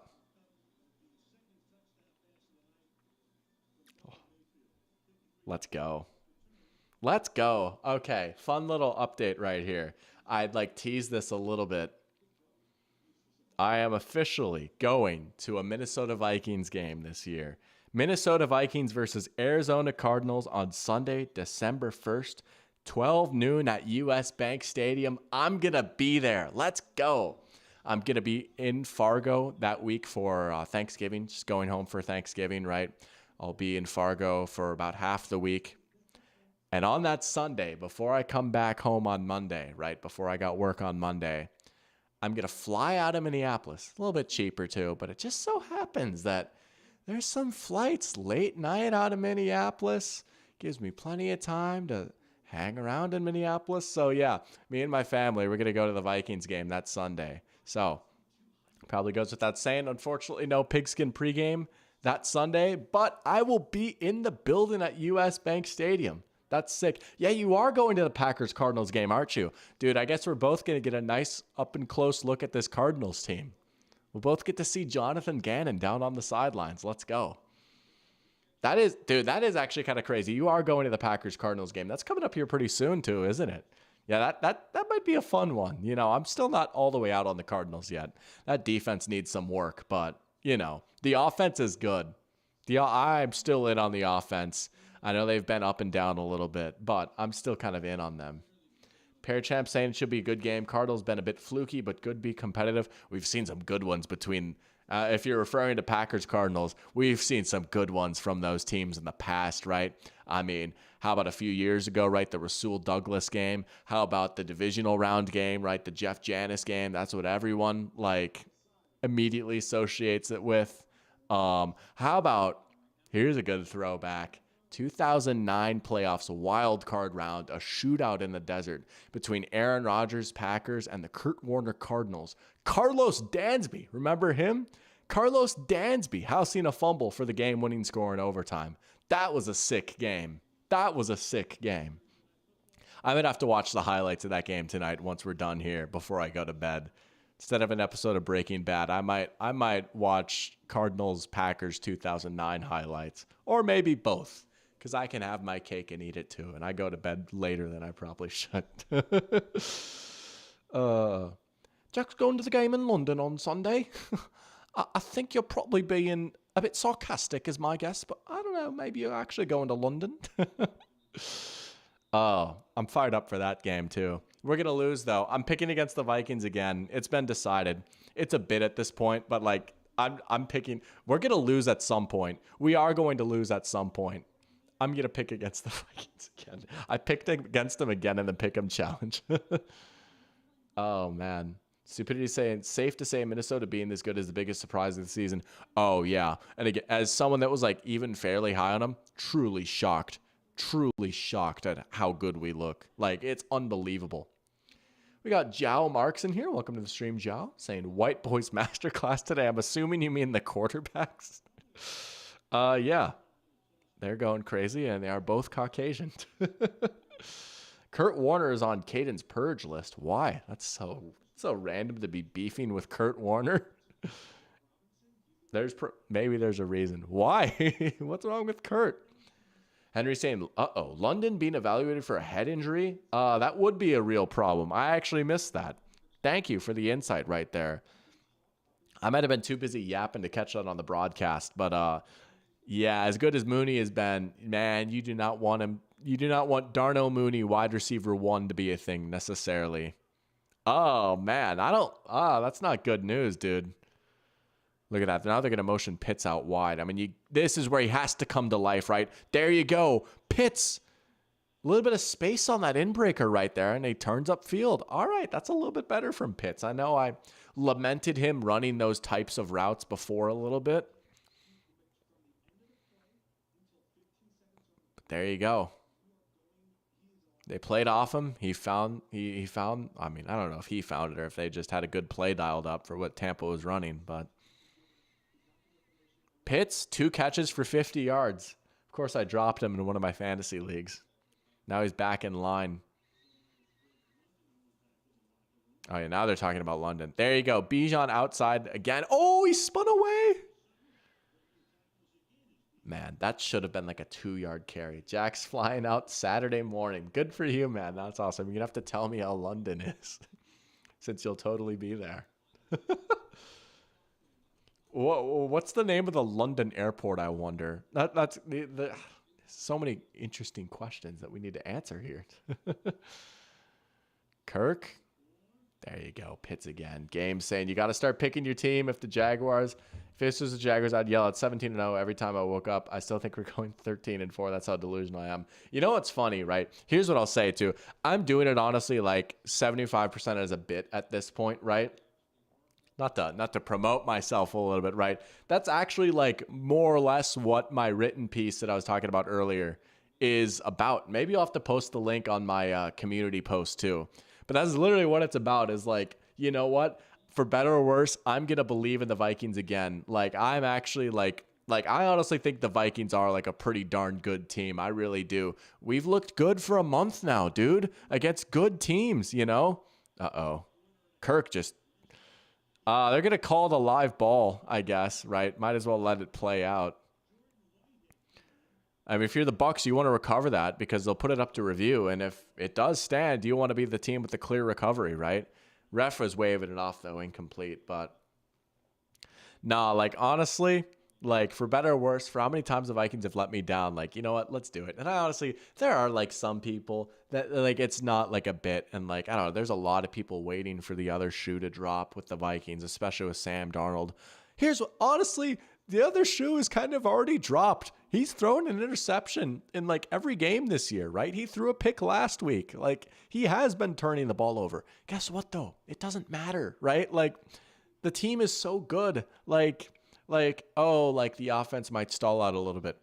We could have scored 8 points against the Houston Texans and won, right? We could have scored 18 points against the 49ers and won, right? Like, yeah, okay, the Packers came back a little bit in the second half of the game on Sunday. The Vikings also, like, put them in the meat grinder for 45 of the 60 minutes of that game. So, I don't know, man. You know, like, nah, dude, we are a good team. Like, I feel like I can say, like, the Vikings are definitely one of the 5 best teams in the NFL right now. It's just so weird to say, though, right? And there still is a little part of me that's like, what's going to go wrong? But I can't listen to that. I need to listen to the positive side. I need to listen to the side of me that's like, dude, take yes for an answer. This team is good. But I know as soon as I switch my pick, as soon as I go onto my app and switch my pick, then the Jets are going to win. But nah, dude. Hey, Vikings win. They start out 5-0. Literally nothing bad has ever happened before when the Vikings have started the season 5-0, right? It's always been perfect. So they're going to get Kirk for grounding there. Now they're reviewing it. Man. Doc isn't buying Jack's London story. I'm not that gullible. I'm built different. It's fine. Actually, I'm a pretty gullible person, I would say, overall. But Caden saying, wait, no, it's Carson Palmer that's on his purge list. Warner's cool. Oh, because of the playoffs? Yeah. I mean, come on. Should Carson Palmer be on your purge list or Dom Capers? I mean, how many times did a Dom Capers defense sell in the playoffs? Dom Capers. Dude, like 11 to like 19-year-old doctor absolutely hated the Packers so much. Like I had my moment of enlightenment or whatever that was. Honestly, I think it was during the COVID year when I was just like, you know what? Like I love every team. And obviously like I have my favorite teams and there are teams I still root against, right? Like I still hope we beat the snot out of the Packers every year. But like you want to talk about real genuine hatred? Like teenage doctor hated the Packers so much. And I had so many successful hate watches of the Packers in the playoffs because of Dom Capers. I loved Dom Capers. Oh, that's awesome. Dude, Dom Capers. Just saying his name makes me laugh. That's so funny.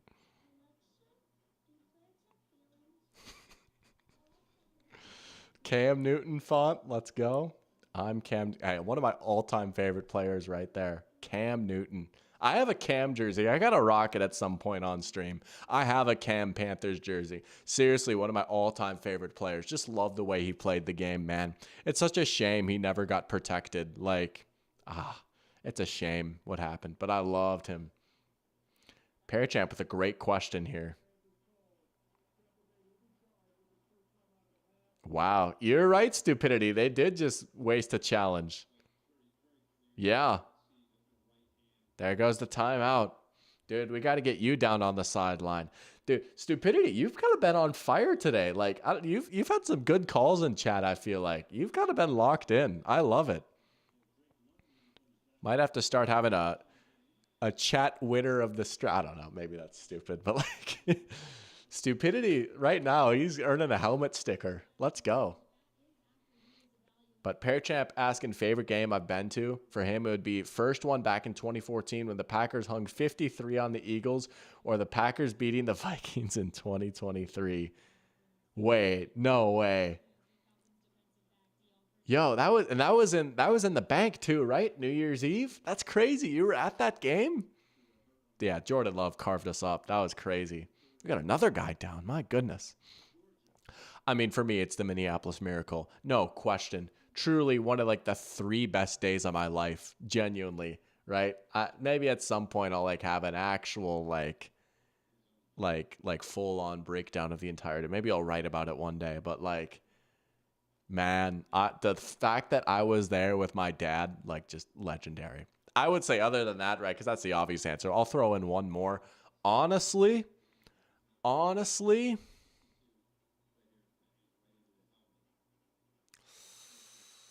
Oh, I know. First ever game at US Bank Stadium. First ever regular season game, right? US Bank Stadium opening game, week 2, 2016 versus the Packers. That was a birthday present. Well, actually, my uncle, another big Vikings fan, won those tickets in like a work pool or something. So me, my dad, and my uncle went. That was awesome, dude. That was awesome. And the Vikings won 17-14. Trey Waynes with a game-sealing interception.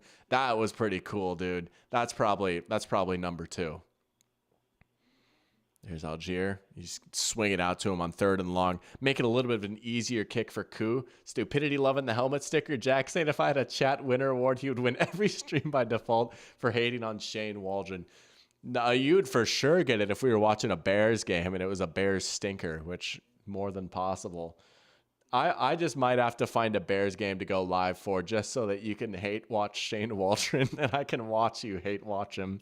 Trey Waynes he was so fascinating. He would get like the sickest interceptions ever, and then he'd get like a back-breaking pass interference called on him. He was a hilarious player, honestly, but I loved him.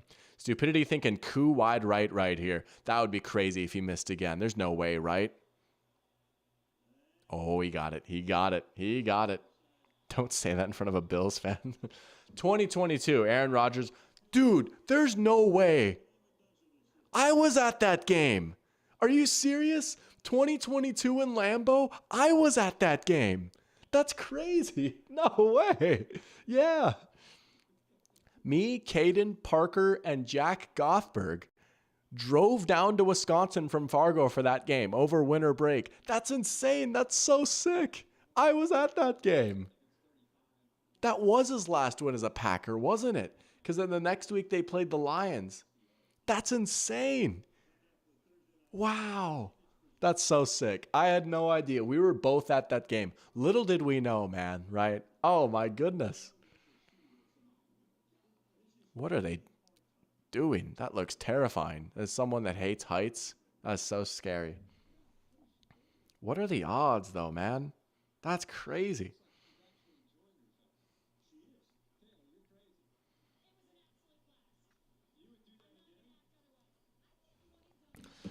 All right, 17-17 now.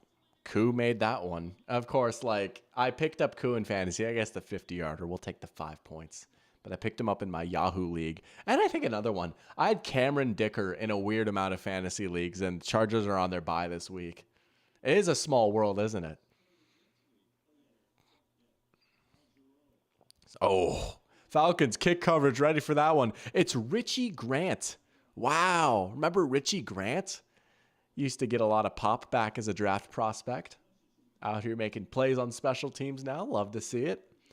Jack says, and then Geno Smith got a playoff spot instead of the 3-time reigning MVP, just what everyone predicted, or the 2-time. Yeah, the Seahawks did make the playoffs that year. That was a crazy final week, honestly. There's a lot of crazy scenarios. That was a fun one.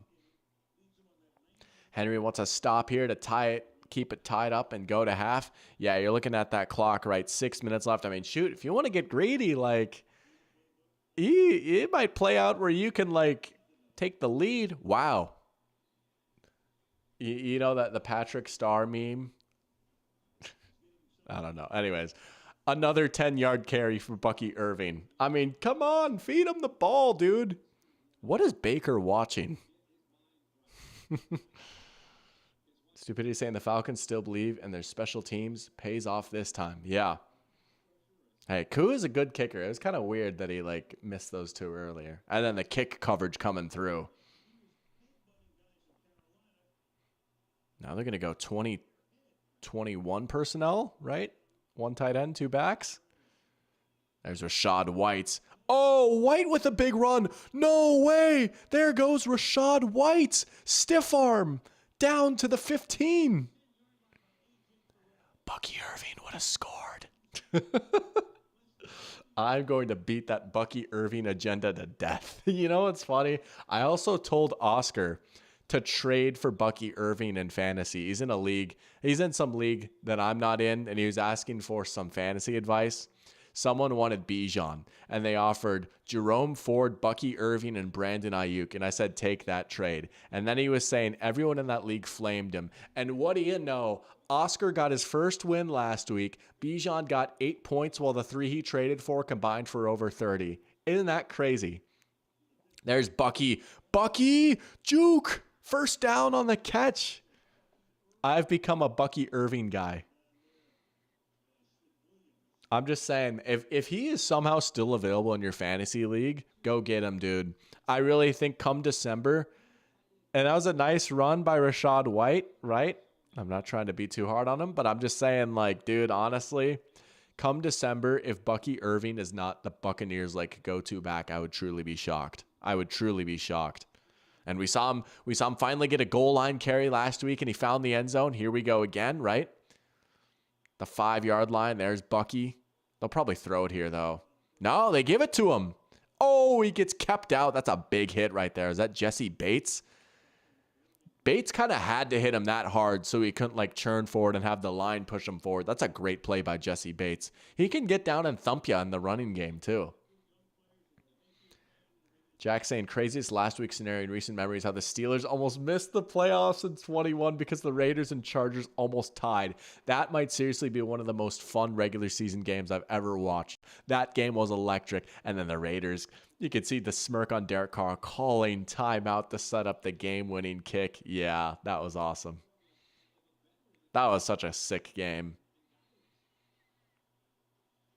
They'll give it to him again. He's going to be kept out. He's not going to get that touchdown, is he? That's okay.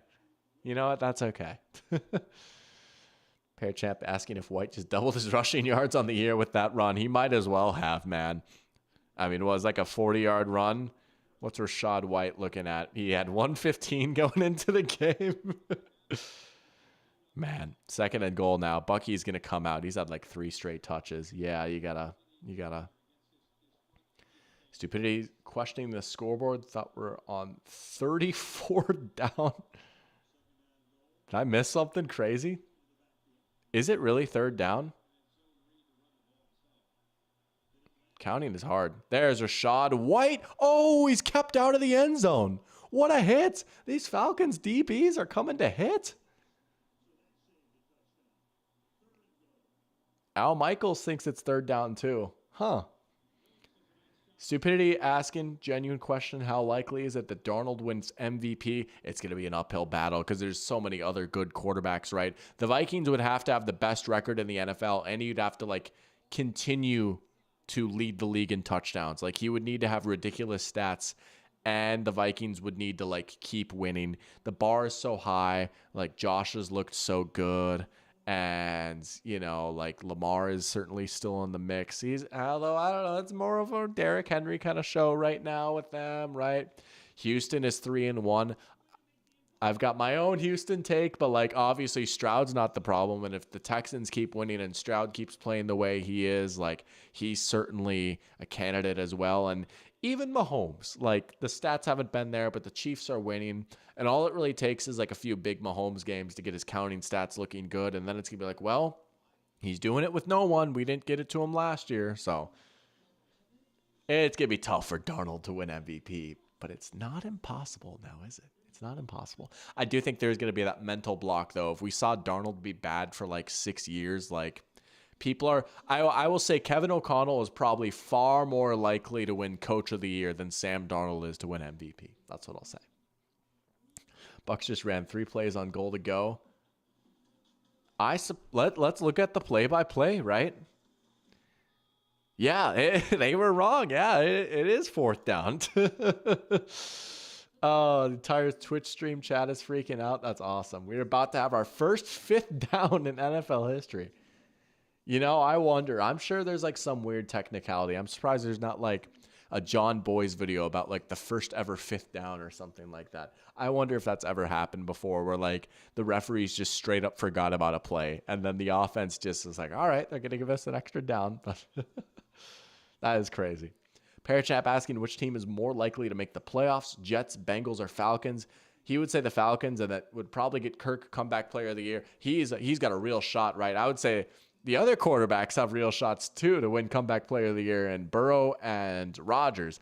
The Bengals, I love their offense. Their defense might actually stink that bad. Like, honestly, I don't think they make the playoffs. Their defense is just as bad as it was last year, which I did not anticipate happening. Right? I do love this Bengals offense still. We've seen this Burrow to Chase connection come to life these past few weeks. Higgins is back. The run game looks pretty good. The line looks pretty good. But, dude, their defense is so unserious. I just can't trust them. Like, I'm looking at their game against the Ravens, right? Dude, Derrick Henry might go for 200 again, right? It's going to have to be a ridiculous Jamar Chase or T. Higgins game if the Bengals want to win that one. Tough spot to live in, right? I could see the Bengals getting to like 8 wins, which is fairly impressive considering their slow start. I don't know about them. And then the Jets, like they've been so topsy-turvy and inconsistent. Still don't love Nate Hackett. I don't know, man. Here we go. What the? They're showing 3rd and goal. It's 4th down though, right? Oh, Baker. Well, it doesn't matter either way. Baker with a rope. That's Sterling Shepard. They get Baker on the rollout, and he fires a rifle. Oh, my goodness. That's sick. That's sick. Baker is on one. Dude.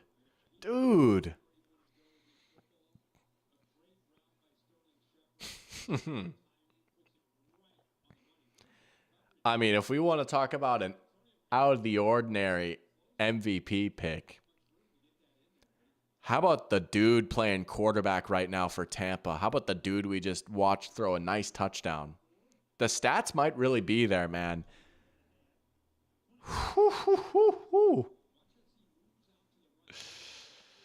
Playmaker Baker, right?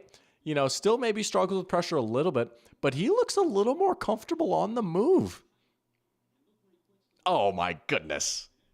Oh, sorry. Is that Clark Phillips? Is that his name? Sorry, dude. It wasn't even him. Oh. Jackson, he finally started Baker over Mahomes in fantasy. It's time to have that conversation, dude. I say this as someone that has Mahomes in one of my fantasy leagues. Patrick Mahomes, not a good fantasy quarterback this year. Absolute right call. Honestly, there's a lot of quarterbacks in fantasy that I'd start over Baker. You made the absolute right call. I have Baker in my other dynasty league too. I got to say, that team might be my best team. They honestly are kind of crazy. My goodness. Yeah, Baker's got 17 points already. Man. Playmaker Baker, Man. That is a devastating drive, isn't it? Right? I mean, whew. Plenty of time to drive back down here. Oh, yeah, right? I mean, you set it up, you get the last say of the half. And I'm trying to remember, I think the Buccaneers will get the ball to start the second half, if I'm not mistaken, right? Because the Falcons started. So you really want to score here. You really want to get the last say here, right? You not only want to score, you cannot leave like a minute on the clock, right? You have all 3 of your timeouts, so you can take your time. If you want to, you can run on the first play. But also the run game hasn't really been working. Oh, dropped by Ray McLeod. Oh, just got to him, and he just dropped it. Jack saying, is Baker Mayfield leading the NFL in passing yards through 4 weeks? No, that would be Geno Smith. Geno for MVP? I don't hate it. I genuinely don't hate it, dude. He has honestly been so good. He has honestly been so good this year. Josh has been the definition of inconsistency for fantasy. 2 games of 7 and 2 games of 30. Yeah, that's just the way the Bills are, right?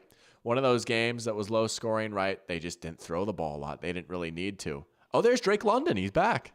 He's back. But, I mean, it's so clear, like, when they need him to turn it loose, he absolutely will. Like, I didn't even think he played that bad against the Ravens, honestly. Like, I still thought the Bills' offense looked pretty good last week against Baltimore. It was just kind of a weird game, and they could not stop the run whatsoever. I was wrong. I was like, this Bills team is better suited to stop the run now. Nah, dude, they got absolutely gashed. Granted, it's Derrick Henry, but still, they got lit up by him. Jack saying, must I say why Geno is doing better this year? Do I really need to elaborate? Oh. Hey, I thought he was like good, all things considered, last year. And you know what? Maybe I put too much of it on the offensive line and not enough of it on the offensive coordinator. Fair play, dude. You know what's funny? I'll need to send this to you. And granted, I've seen some people criticize this and be like, well, this is cherry-picked and just disingenuous. But honestly, I kind of buy it, right? And I'll probably send this to you. But it was like, like those next-gen stats, like route charts where like they track like the routes that players run when they're targeted or whatever, right? It showed one for JSN with Waldron and then after. And then it showed one for DJ Moore before Waldron and after. And man, the ones without Waldron, they just look so beautiful. They're lined up all over the field. They have a complete route tree. It's just everything, right? Everything's option. And then with Shane Waldron, it's go balls down the sideline. And it's just sad. It just doesn't look as good, Way less diverse. I was like, oh, that's tough. Bijan breaking a tackle. Yeah, I saw that and immediately thought of you. Yeah. That's awesome. Here you go. Minute left for the Falcons, right? In plus territory now. Again, you've got 3 timeouts. You can kind of take your time here a little bit. I don't know how eager I would be to get the ball back in Baker's hands with 2 timeouts and like 40 seconds, But they're still a ways out. I mean, if the play is there, right, make it, right? Alec Pierce. Yeah. Go balls down the sideline. The Alec Pierce special. Hey, when he catches them, though, they're sick, aren't they? But yeah. Jackson, the fact that JSN had like 600 yards under Waldron is impressive. It is, dude, and he's looked good this year, right? I mean, this whole Seahawks offense has just looked so nice. There's London. There you go, right? Take your time. A little outbreaker. My guy runs downfield, and that's it. Yeah. It's a heck of a trick, though, right? If he's like your wide receiver 4, which he more or less is at this point for the Colts, right? You've got Pittman, you've got Mitchell, you've got Downs. Like, all right, maybe you can have a go ball merchant as your wide receiver 4, as opposed to like the year with Matt Ryan. It was like, yo, Alec Pierce, wide receiver 2, let's go. We're going to the Super Bowl. Oh, nearly picked. Also kind of maybe nearly caught. Kirk tried to rifle at the London there. 30 seconds left now, 2nd and 10. Parent Champ asking what team I think Devontae goes to. Would like the Bills to get him, but doubt they spend the money on him. That would be sick, right? I think the Ravens would be another sick fit, right? Lamar's never had a receiver the caliber of Devontae before. Never really had a receiver with the style of play of Devontae before, right? Let's get him a true X, true outside number 1 kind of guy, right? But it's got to be the Jets, right? It's just the most Jets thing to do, right? Aaron Rodgers gets his buddy back. Jets are kind of desperate right now. They're all in. Probably makes sense. Oh, no, it's another sack. Logan Hall. 3rd down, a Logan Hauler. But Steelers would be good too. Nah, the Steelers, especially with the way you would complement George Pickens, right? Adams is more of a separator. Pickens is the big dude that you can throw the ball up to. You want to talk about go balls down the sideline, right? Nah, that would make a lot of sense. And they tried to go for Ayuk supposedly, and there's a lot of overlap, I feel like, between Ayuk and Devontae. So that would be a nice spot too. And you know what? The Steelers, they're not bad. They're not bad. They did lose last week, but they're not a bad team. And they just need another receiver. They desperately need a second receiver outside of Pickens. I mean, there's still just not a lot. Saints would be sick with Olave. Yeah, that would be pretty cool. There's a lot of cool teams, right? And like, there's only so many teams that can actually afford him. Funnily enough, Jack, you might not want to hear this. The 49ers are one of them. I don't think they'd do it though, but I do hope he gets traded. I'm sorry for the Raiders. Like, that stinks, obviously. But I don't know, man. Like, let's see him somewhere else.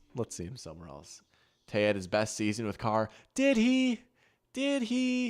With the Raiders, for sure, right? I don't know. He had some crazy seasons with Aaron Rodgers. Like, I don't know. 2020 Devontae Adams was probably like just straight up the best receiver in the league, honestly. Like, he was unreal that year.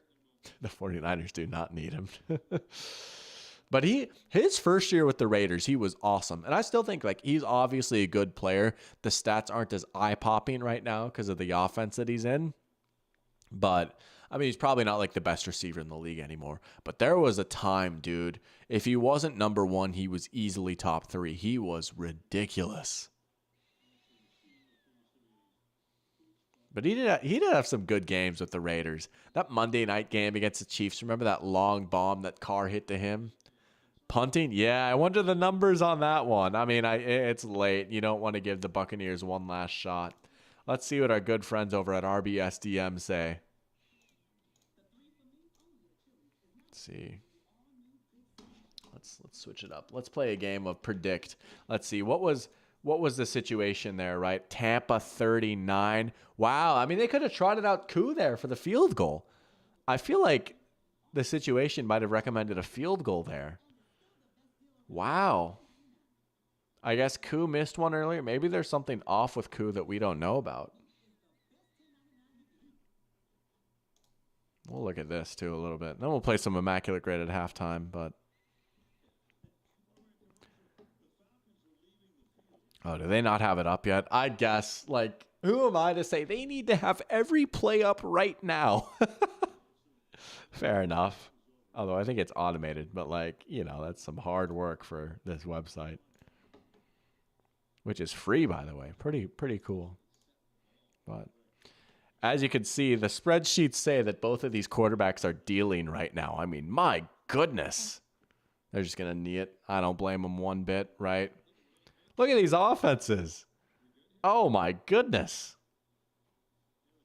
Whole lot of green for the Buccaneers right now. I mean, everything has been working.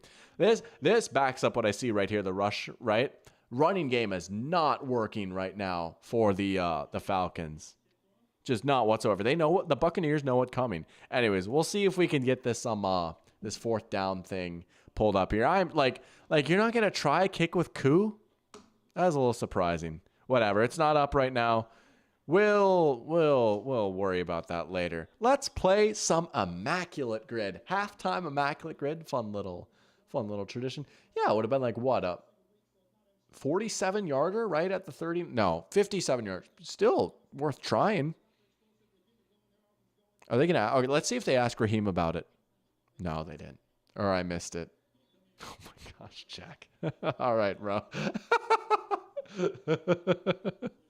Asking for a friend. Oh, that's funny.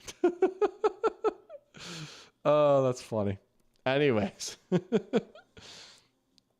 Yeah, I don't know why they punted that. I would have considered trying it with Koo, maybe. But anyways, here we go. Immaculate grid. We got the Vikings. All right, we got to go crazy, man. We have the Vikings. We've got Vikings Raiders, Vikings Bengals, Vikings 5,000-yard rushing for a career. We've got Seahawks Raiders, Seahawks Bengals, Seahawks 5,000. Oh, look at that. We got the Seahawks too. Jack, hey. We get a little Jack assist in here right here. Let's go. Both of our teams on this glorious grid. TJ Hushmanzada off the dome for Hawks Bengals. Lay it on. Let's just do it. TJ Hushmanzada. That's a good one. Hoosh. Bang. 47%. We'll get TJ Hushmanzada right off the dome. Dude, again, like if you could do coaches, Tom Cable for Seahawks Raiders. Tom Cable. Didn't Bruce Irvin play for the Raiders? I feel like he did, right? No, I got a better one. Malcolm Smith, Super Bowl MVP. Bang. Let's go. Let's go. Played for the Raiders for a little bit. Apparently the 49ers too. Let's go. All right. Seahawks, 5,000 yards rushing. Kurt Warner. Right? He got to 5,000 yards. Bang. Let's go. That's right. Other Kurt Warner. Jonathan Abram. Wait, really? Did he play for the Seahawks? No way. I had no idea. That's crazy. All right. We'll save the Vikings for last. Raiders, Texans. Kaylee Hartung is the reporter name. There you go, Jack. Hey, Kaylee Hartung, if you're watching this, thank you, Jack, for letting me borrow your Lamborghini. Real big solid of you, bro. And thank you for saving the orphans from the burning building. And thank you for loaning me and my family $1 million. Really appreciate it, man. Thank you for the Lamborghini. All right. Texans, Raiders. Shoot, dude. Have to come back to that. Unless you mean Jonathan Abram for Texans Raiders, because that honestly sounds right. That sounds right. We'll get DJ Reader for Texans Bengals. Kind of crazy to think that I've never really associated DJ Reader with the Texans, but there was a time where the Texans had DJ Reader, J.J. Watt, Jadeveon Clowney, and Whitney Merciless all on their defensive front. Like, what the heck? Are you kidding me? And I think Vince Wilfork was on that team too. That was just insane. Even if they weren't all in their primes, just an insane collection of names. All right. Texans, Raiders. Why is this one bugging me so much? A small moan. Wow, a small moan. Oh, no. A small loan of $1 million. A small loan of $1 million.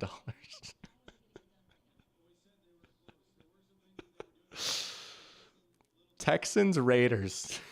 Oh, Brian Hoyer. That's a good one. Brian Hoyer. Wow, Hoyer the Destroyer, 22%. Look at the smirk right there. He stuck around for a minute. All right, Texans, 5,000 yards rushing. You've got Arion Foster. You've got Carlos Hyde. You've got Steve Slayton didn't get there. That would have been sick, though, right? Ben Tate didn't get there. I'm just flexing now. Arion Foster's the big one, right? Carlos Hyde, I feel like a decent amount of people would get.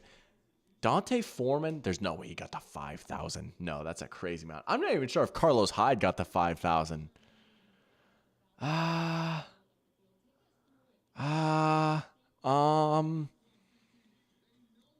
No way, Rex Burkhead. Oh, Lamar Miller. He definitely did. He had a good career. Lamar Miller is an excellent call. Yeah, 6%. Let's go, Jack. Going crazy. All right, here we go, man. We got to lock the freak in. It's the Minnesota Vikings row. We got to go crazy. And off the dome, I've got one.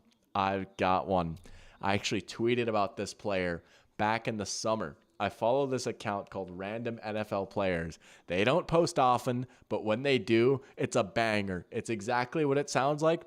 It's a random NFL player, just out of context, just a random NFL player. You might get a little like Nathan Vasher action, right? But they tweeted out Napoleon Harris.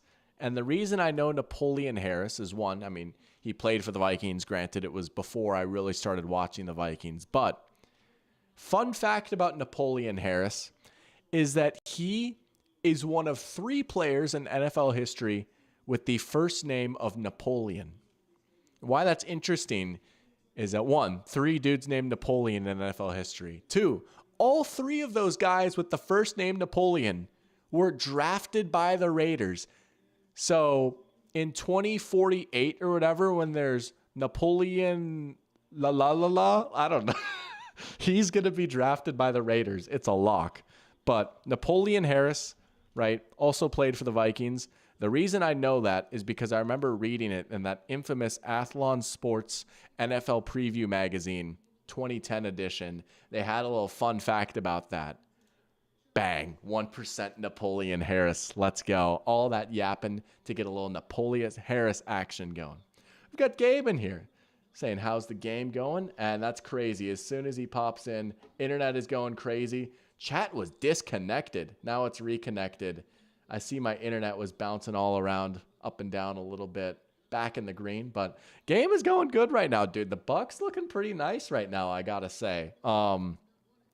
Baker is bacon. What can I say? You give him a clean pocket, he can cook. That last touchdown throw was sick. And hey, how about Sterling Shepard with a touchdown? Anyways. All right. Vikings, Bengals. All right. Terrence Newman is one you can get off the dome, right? The stream from the press box. Let's go. Dr. Pigskin is in Mercedes-Benz right now. You know what's funny? Gabe, is that reference that I made was actually unintentional, but as soon as I said it, I realized what I had said. The ranch. I'll never forget the first time I heard that. You can divide my life into 2 parts, before and after I heard that. He is, isn't he? It is the Matt Ryan Ring of Honor game. That's so sick. Tell him I say hi. That's awesome. Jack saying, totally didn't follow a certain reporter on Instagram right now. Really good at what she does. You know what? We're all rooting for you. Let's go, Jack. Let's go. All right, Vikings, Bengals, Terrence Newman. Dude, we can do better than that. I mean, I don't know. I'll have to keep thinking. 5,000-yard rusher, we can get Chuck Foreman pretty easily, right? OG Viking right there. Funny story about Chuck Foreman for another day, but we could get Chuck Foreman. I don't know if Bill Brown played quite long enough or if he had quite the peak. Oh, he might have. He played for a little bit. Bill Boom Boom Brown. We're going to do it. Let's go. Bill Brown, 0.3%. Bill Boom Boom Brown. Let's go. Oh, they're showing Matty Ice right now. Matty Ice right now on the screen. Getting a little emotional with the speech here. Good for him. All-timer of a Falcon, right? No way. There is Roddy White. Tony G is there. That's awesome. Some wholesomeness in chat right now. Jack saying, might send her the clip of me hyping him up. Off the off chance she sees it, I'll be sent. Hey, you do know ball, right? Hey, there you go. You got to do what you got to do. Jack is a real one. All right, Vikings, Bengals. Should we just do Terrence Newman? Whatever. It'll be good enough, right? Did Terrence Newman play for the Bengals? I'm a little scared now. Maybe he didn't. Nah, he played for like every team in the league. Yeah. 11%. We'll live with that. Rarity score under 100. We'll take it. We'll take it. Gabe saying he's never shook Roddy White's hand pregame ever. That's crazy. You have. I take it. Also, I have my dock up.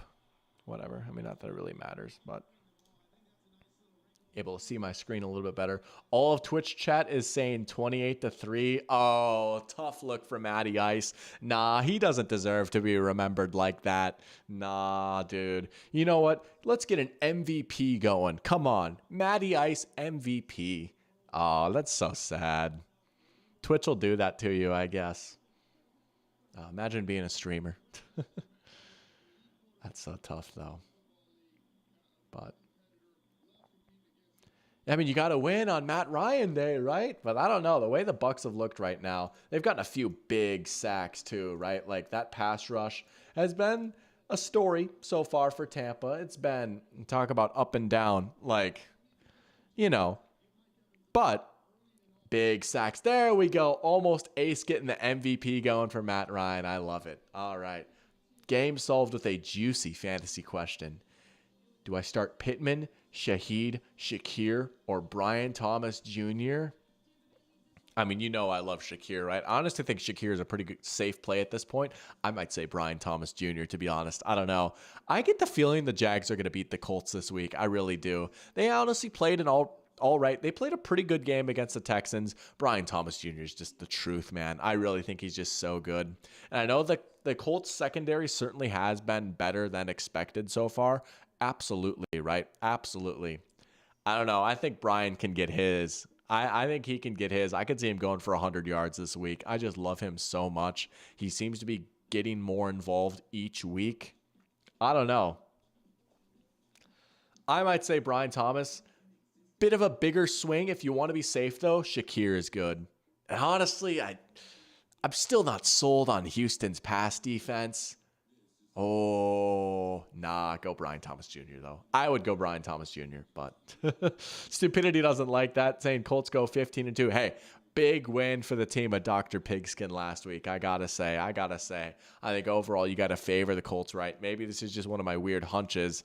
Maybe this is why I'm not doing so hot in the picks competition right now, but I think there's a chance the Jags get a win. I'm not saying the Jags are a serious team by any means, but let's see if we can do another grid here. Have I played this one? I played this one at work the other day. Sorry, I have never played Immaculate Grid at work, ever. Never. I would never do that. I've done a lot of these. Whatever. We could just yap for the rest of halftime, honestly. Sometimes that's fun, right? We got a nice little Immaculate Grid in, though, right? Got a little Vikings action. Got a little Seahawks action. Let's go. Green Gandalf is in here. Welcome to the stream, Green Gandalf. Speaking of picks competition, right? Dude has been a baller in that so far. Saying, apparently that certain reporter used to be dating Tim Tebow. She's single now, though. Wow. Tim Tebow. I wonder, well, I wonder what he's up to. He's doing TV now, right? SEC Nation, SEC Network or whatever. Tim Tebow couldn't match Jack's aura. Oh, not even close. I mean, if we go aura for aura, Riz for Riz, I mean, we all know who the true Sigma is. Sorry. Brain rot is taken over. But nah, honestly, I bet Tim Tebow doesn't hate Shane Waldron as much as Jack does, right? I mean, come on. That's a wrap right there. Matty Ice did also give the Vikings the biggest comeback win in the regular season. Dude, that's right. He was the quarterback for that game. Dude, he's been a part of two of the most historic collapses ever. That's crazy. That was the Jeff Saturday Colts. The Jeff Saturday Colts. Henry asking my favorite Thursday night football games of all time. You know what's funny? Genuinely, first one that comes to mind for me, and this comes full circle. Like, I wonder if you remember this, Henry. 2010 season. Oh, this is such a fond memory for me, honestly. 2010 season. Thursday night football. Falcons versus Ravens. Now remember, Roddy White was on my fantasy team, and I was all in on Roddy White. I love that Falcons team so much, right? And it was a great game. Falcons ended up scoring a go-ahead touchdown with like 30 seconds left. Matt Ryan hit Roddy White. That was like a big like Matty Ice legacy game, right? Like that was a big way for like him to cement his status as like cool customer under pressure. Let's pull this up, honestly. Falcons versus Ravens 2010. But a big reason why this game was so nostalgic for me too, not only like the fantasy implications, and I love this Falcons team, but this was back when I was like a little kid, right? I had a bedtime and everything. Usually when I would watch primetime games, I would have to go to bed by halftime. I couldn't watch the full game, right? I'd have to go to bed. I had school the next day. But this Thursday night game took place during what was NDEA, which was the North Dakota Education Association Conference. And they met out in Bismarck for Thursday and Friday in like late October. It always gave us like a random 2 days off of school. This game took place during that, so I was able to watch the full game. And I was just so happy that I was able to stay up till like 11 o'clock at night and watch this game. And it was such a sick game. Look at that. 20 seconds left. Oh, wait, no, 27 seconds left. Roddy White, 30-yard touchdown from Matt Ryan. I was just so hyped up. Roddy White went absolutely stupid in that game. Weirdly enough, that is like the first one that comes to mind when you ask me for my favorite Thursday night game. Like, and it just comes full circle because I was like, dude, I love Roddy White. Like, you know, Matt Ryan and the Falcons are playing on Thursday night right now. Genuinely, I think that's my answer. Even though that's a deep cut, I honestly think that's my answer. Oh, I'm so happy I got to talk about that game. Oh, that's just such a good memory for me. Baker rolling out. There's playmaker Baker again. We've got a flag down, though. Maybe get a little bit of a holding here. We'll see about that. Doc is cooking with the poems. Oh, you're too kind. You're making me blush now. Let's go. Jeff Satter, the tank commander, may his name be praised. That was seriously one of the weirdest things I've ever seen. It was so funny, though. That was so funny. Oh, man. Fantastic answer there. Let's go. Let's go. Memory unlocked, man. Bucks get more than the average gain on the return. The return is starting to ramp up a little bit, I feel like. You know, Bucks have broken a few nice returns now. I like it. I'm here for it. Stupidity asking, I don't know why kickers are still giving these kickoffs a ton of arc. Why wouldn't you want to just line drive these things? Didn't Brandon Aubrey do that in like week 1 or something, right? Like hit that thing in the landing zone. Jags kicker did it too. Brett Coleman made a video about it, right? Like you can, if you bounce it in the landing zone, goes in for a touchback, they start at the 20 instead of the 30. No, seriously, like I can't imagine it's easy, but like if you can get a kicker that can do that, oh man, you know, you're set. You're feeling good. Bad snap there. Baker had to one hand that thing. Falcons should have challenged that. I'm not going to lie. I completely missed it. I was yapping. Here we go. This is a, what, 3rd and 20? All right. Baker. Oh, he escaped Judon. He's going to run and get like maybe 3 yards. Oh, takes a shot on his way out of bounds. Dude, oh no. I get it. I get why they threw the flag. That's just stupid from the Falcons. I'm sorry. Like, I'm sorry. That's just stupid. Ah, like even if he was like technically in bounds, like dog, just don't hit him. Like, yeah, man.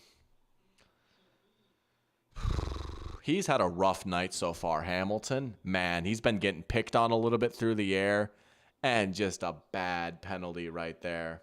Again, you can do the slow-mo, and I get that, and like it's hard enough for these defenders. I get that it looks soft. Maybe it's easy for me to say sitting in my office chair. Maybe it's easy for me to say, but I'm sorry. Like, it's been this way for how many years now? Like, you just got to know that you can't hit him. Like, it's so obvious he's going out of bounds.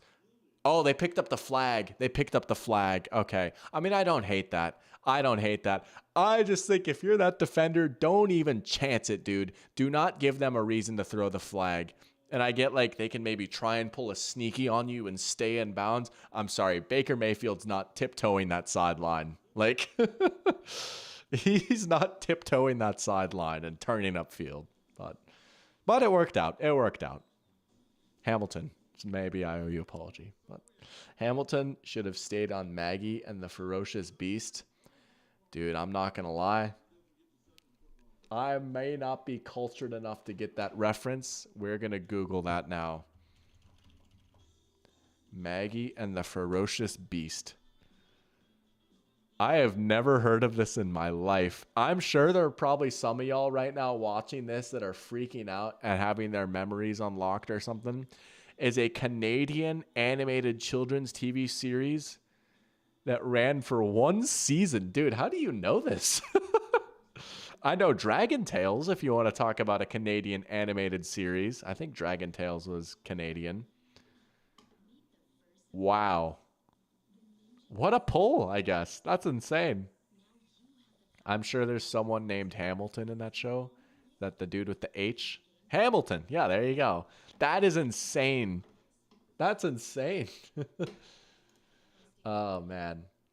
Green Gandalf saying Brett Coleman is working on a floors defense video. Dude, I hope not. The Coleman curse. As much as I'd love to see Brett talk about how good our defense is, as good as it makes me feel seeing smart people talk nicely about the Vikings, can't have the Coleman curse. He already got us once with J.J. McCarthy. Can't have it again. Can't have it again. Man, they did take away that penalty. Yeah.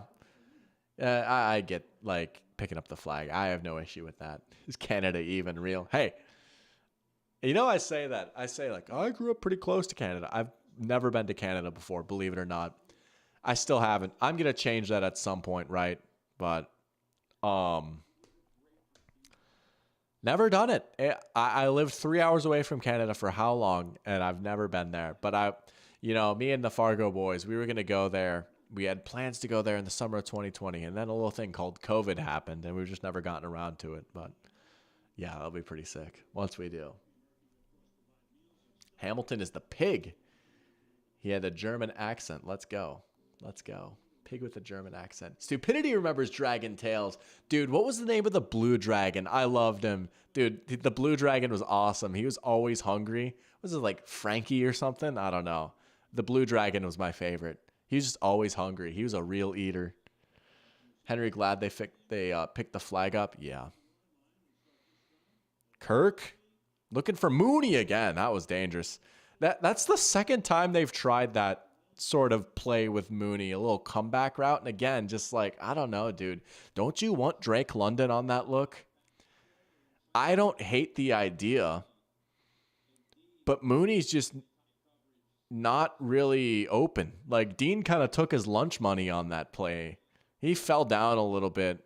Mooney looked a little better on the first look, but again, just, I know he's been banged up, but there he is right there, up at the top of your screen. I just would like to see that go to London instead, maybe.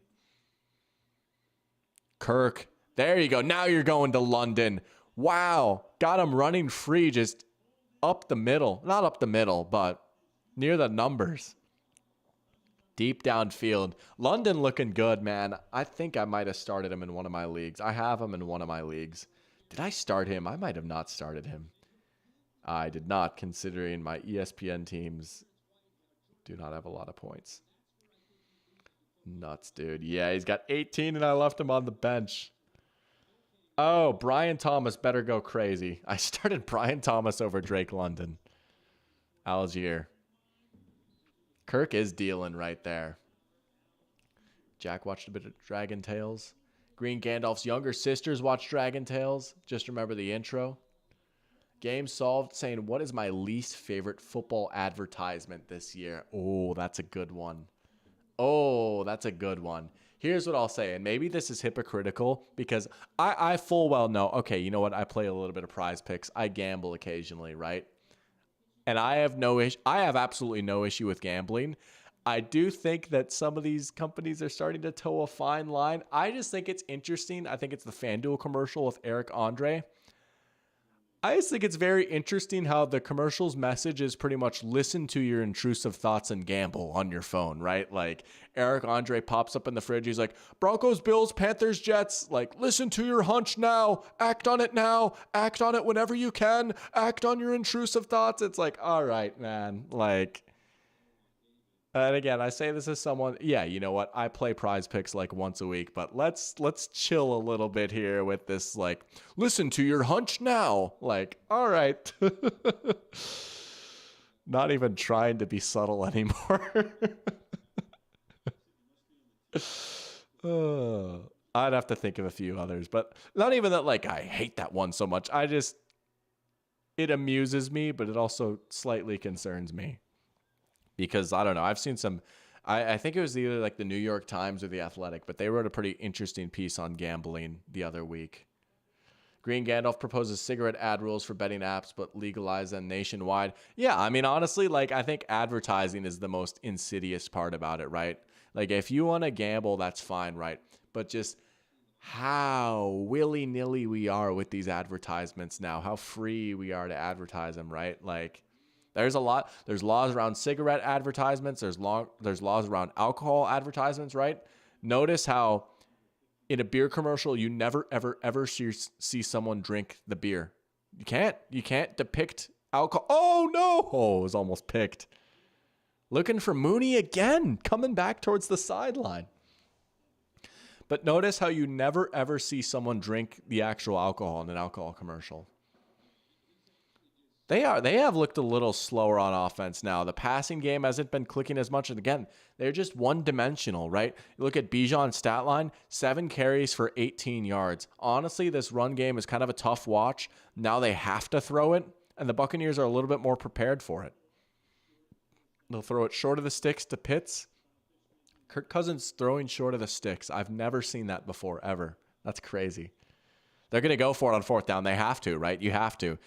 Right, especially if you're not going to kick it with Koo. I mean, you're down 7 already. I mean, it just makes sense to go for it. But Kirk in a collapsing pocket. He gets it out to Mooney. Shake and bake. 1st down. There you go. Henry and his brother had Dragon Tales Halloween costumes. That's so cool. That's awesome. Oh, that's wholesome. Dragon Tales Halloween costumes. Yeah, no, that the Falcons absolutely needed that 4th down. It was kind of looking like, you know, it's going to be a little bit tougher sledding, but nice conversion right there. I wonder if they try and go back to the run now on 1st down and 10, right? You just picked up a very stressful 4th down. Kirk kind of fell down right there. Look at that. I would say hand it off to Bijan here. You might as well. No, they're going to swing it out to Mooney. Oh, that Jordan Whitehead getting downhill quickly. Nice play to kind of plug that one up there a little bit.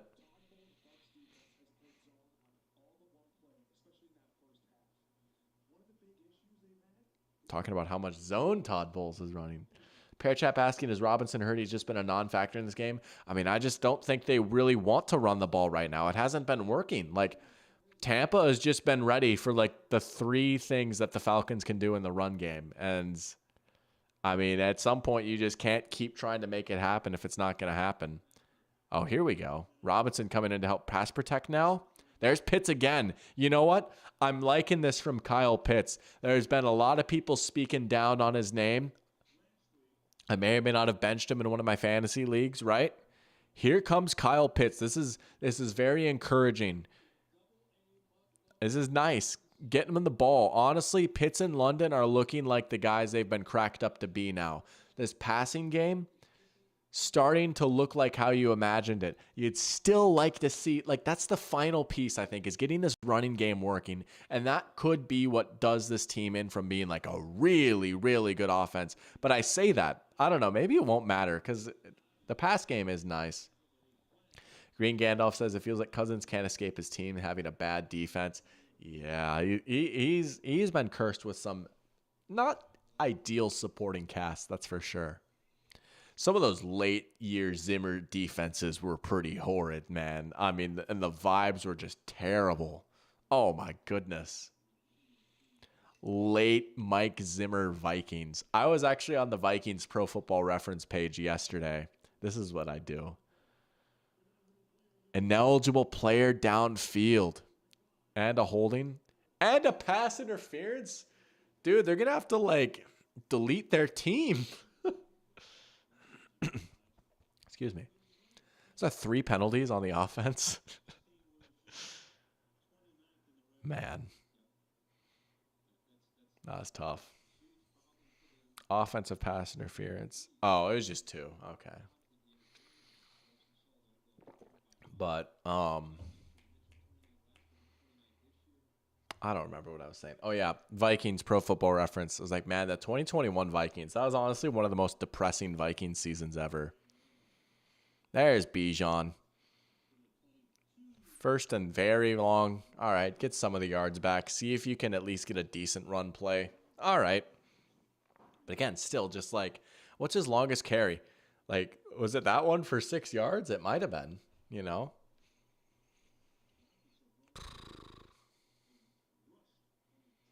They're dominating time of possession, though, even with a subpar running game. And look at that. I said might be a Kirk 35 pass type of game. He's at 35 pass attempts right now. It's going to be like a Kirk 50 pass attempts type of game. Man. And down he goes. Yeah, that's something I'm used to seeing right there. That's just the reality, right? Kirk had a decent amount of time, but that pocket collapsed. And when it does, he can't escape. Like, he's just not, he can't do that. It's not in his skill set, right? Even pre-injury, Kirk was not getting out of that. Just, oh, I'm just standing. I'm going down now, you know? Biggest knock on him for sure. Covered up pretty well on the back end. Rest in peace, his Falcons offense. Yeah, it's another 3rd and 20, like you're saying. 3rd and 22. Kirk has time. And, bro, they're going to Mooney again. He's got to lead the team in targets for this game. Going to Mooney again. I don't hate the idea. They almost had that. It's 3rd and 22. What can you really do? Now Koo is going to come out. I wonder what Koo is thinking. Like, man, they didn't trot me out before halftime. Poor Koo.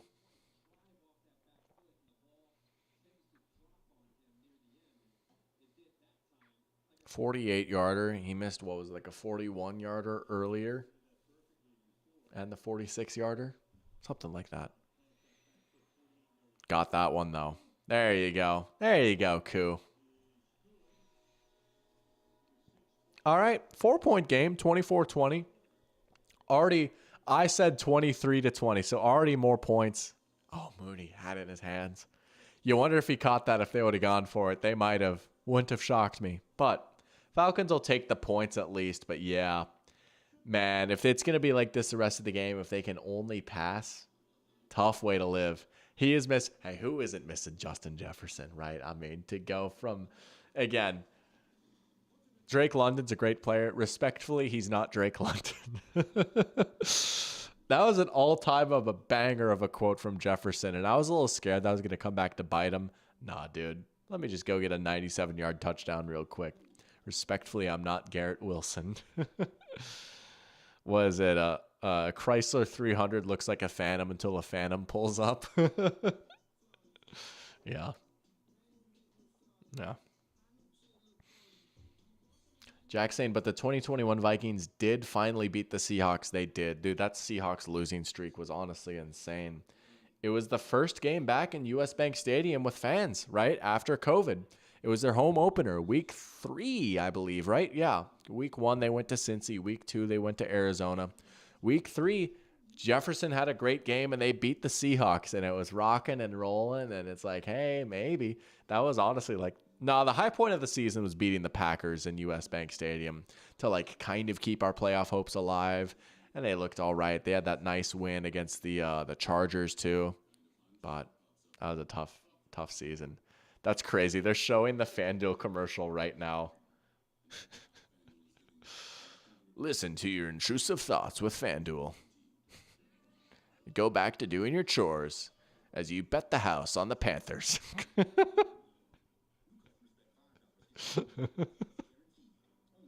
Buffalo. Game's asking who's the most underwhelming worst fantasy player so far. I mean, easy answer is anyone who took CMC first overall. I'm so sorry.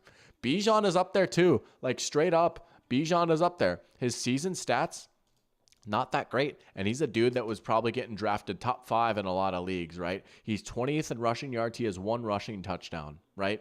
And he's certainly not helping his case today. But you have to keep playing him because, like, you took him that high and you know that he could go for, like, 150 yards on any game. Tyreek Hill is another one, right? Not entirely his fault. I will say, and again, maybe easy for me to say, and it's not all his fault, is there a player that's more checked out right now than Tyreek Hill? Man, I mean, but it's not all his fault without Tua. But I will say, that was a pretty brutal showing on Monday night. And he was a dude that probably got picked top 5 too. But yeah, it's got to be CMC.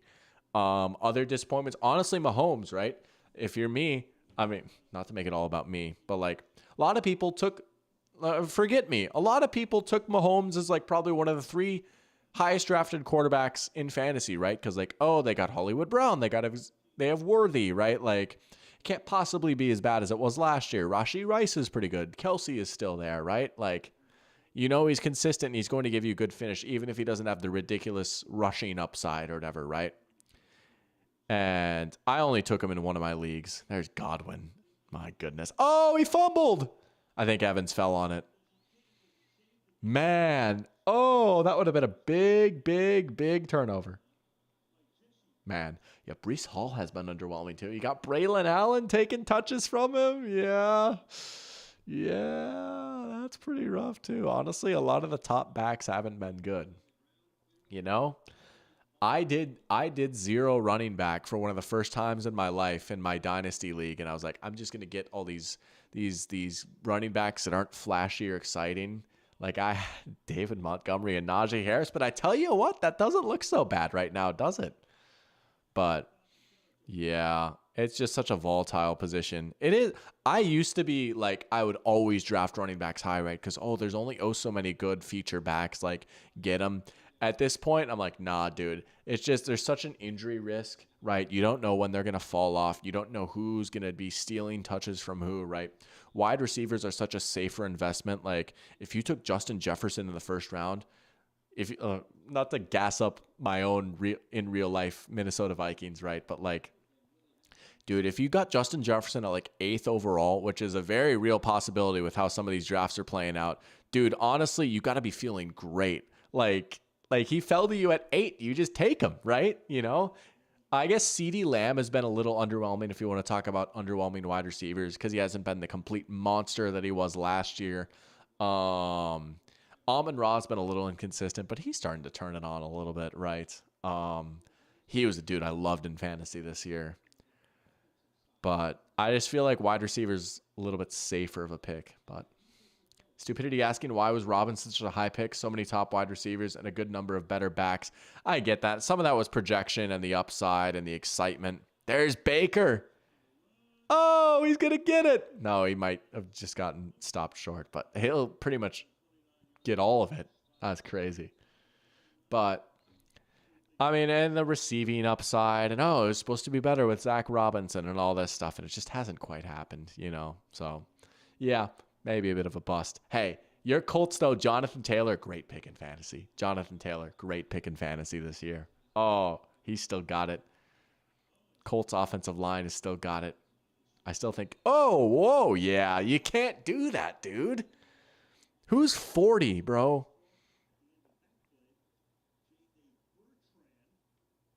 Who? Is that the backup for Troy Anderson? It's got to be, right? Yeah, he just shoved him.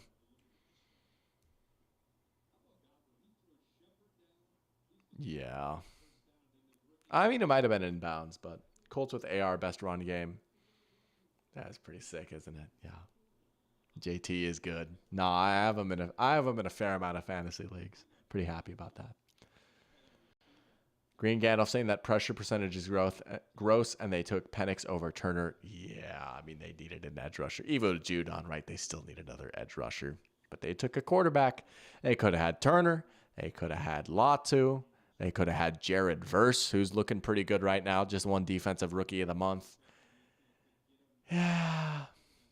Super saying you don't need a short passing game if you have the QB run game. No, I don't hate that, right? I will say Shane Steichen needs to answer for this. I don't know what he was thinking.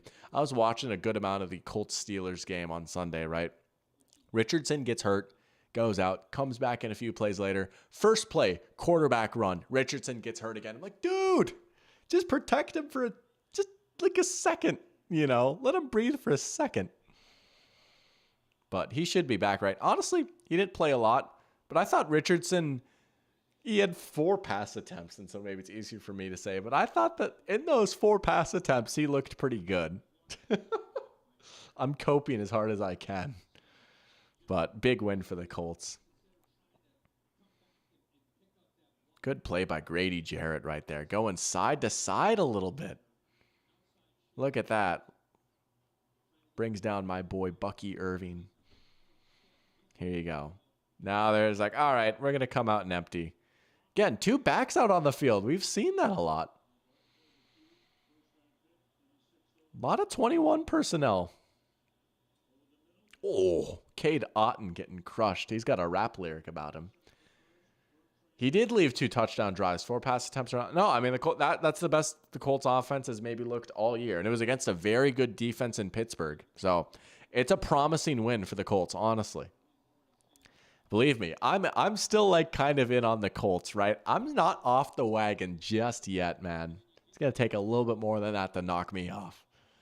Green Gandalf saying, I don't know why the Bucs even run it all based on the way the Falcons' pass defense is playing. Well, here you go. Probably going to get a pass attempt here on a big 3rd down and 3. You want to get that touchdown to get it back to a 2-score game.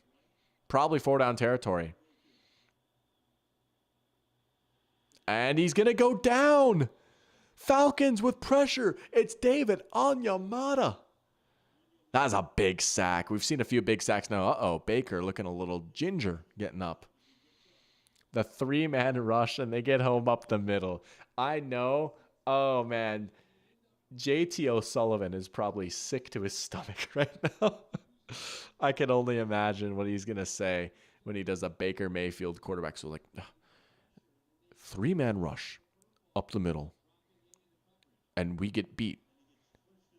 We can't have that at this level. We can't have that at this level.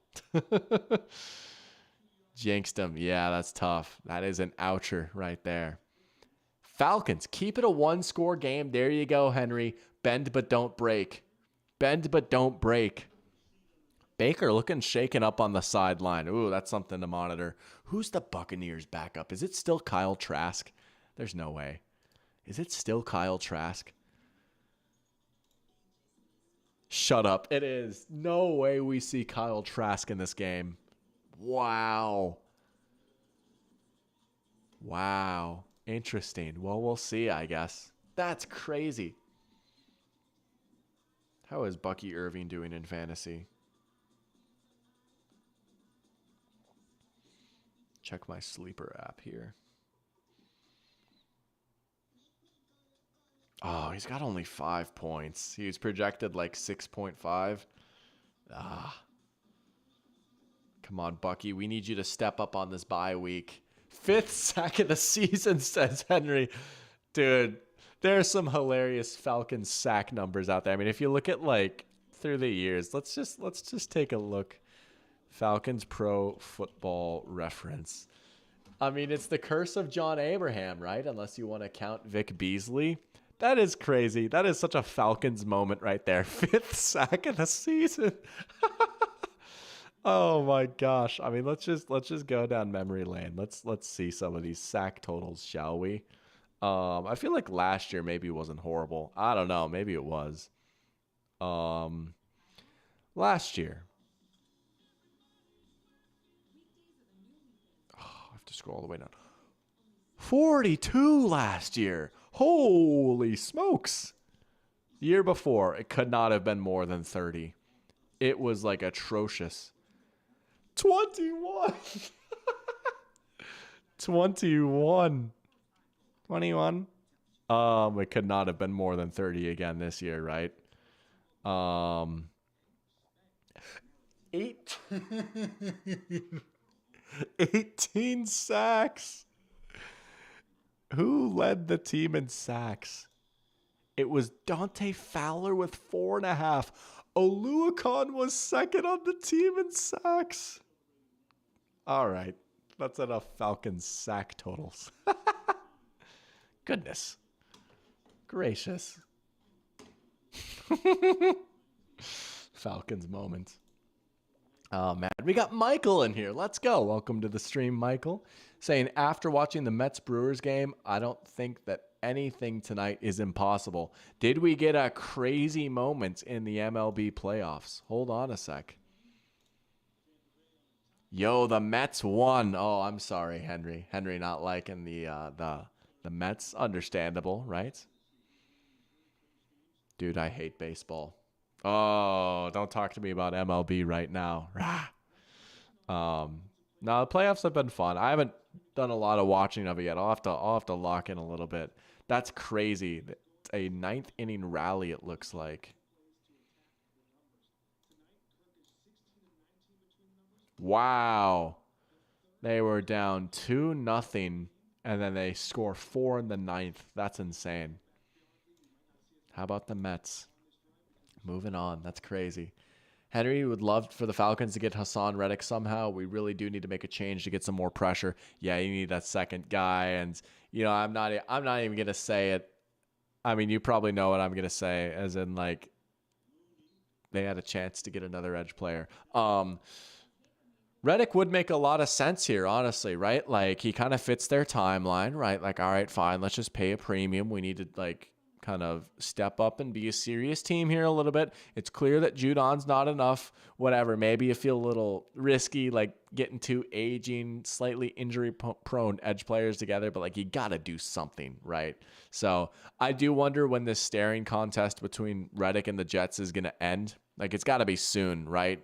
Broken up right there. Like, it's got to end. I feel like at some point, like, they're either going to trade him or they're just going to, like, pay him. But I don't know, dude. I don't know. Jack saying Seattle had 11 sacks on one game last year. The Falcons to have 18 in an entire season is diabolical. Yeah. Falcons moment right there, I'm telling you. Was that 11 sack game against the Giants on Monday night, right?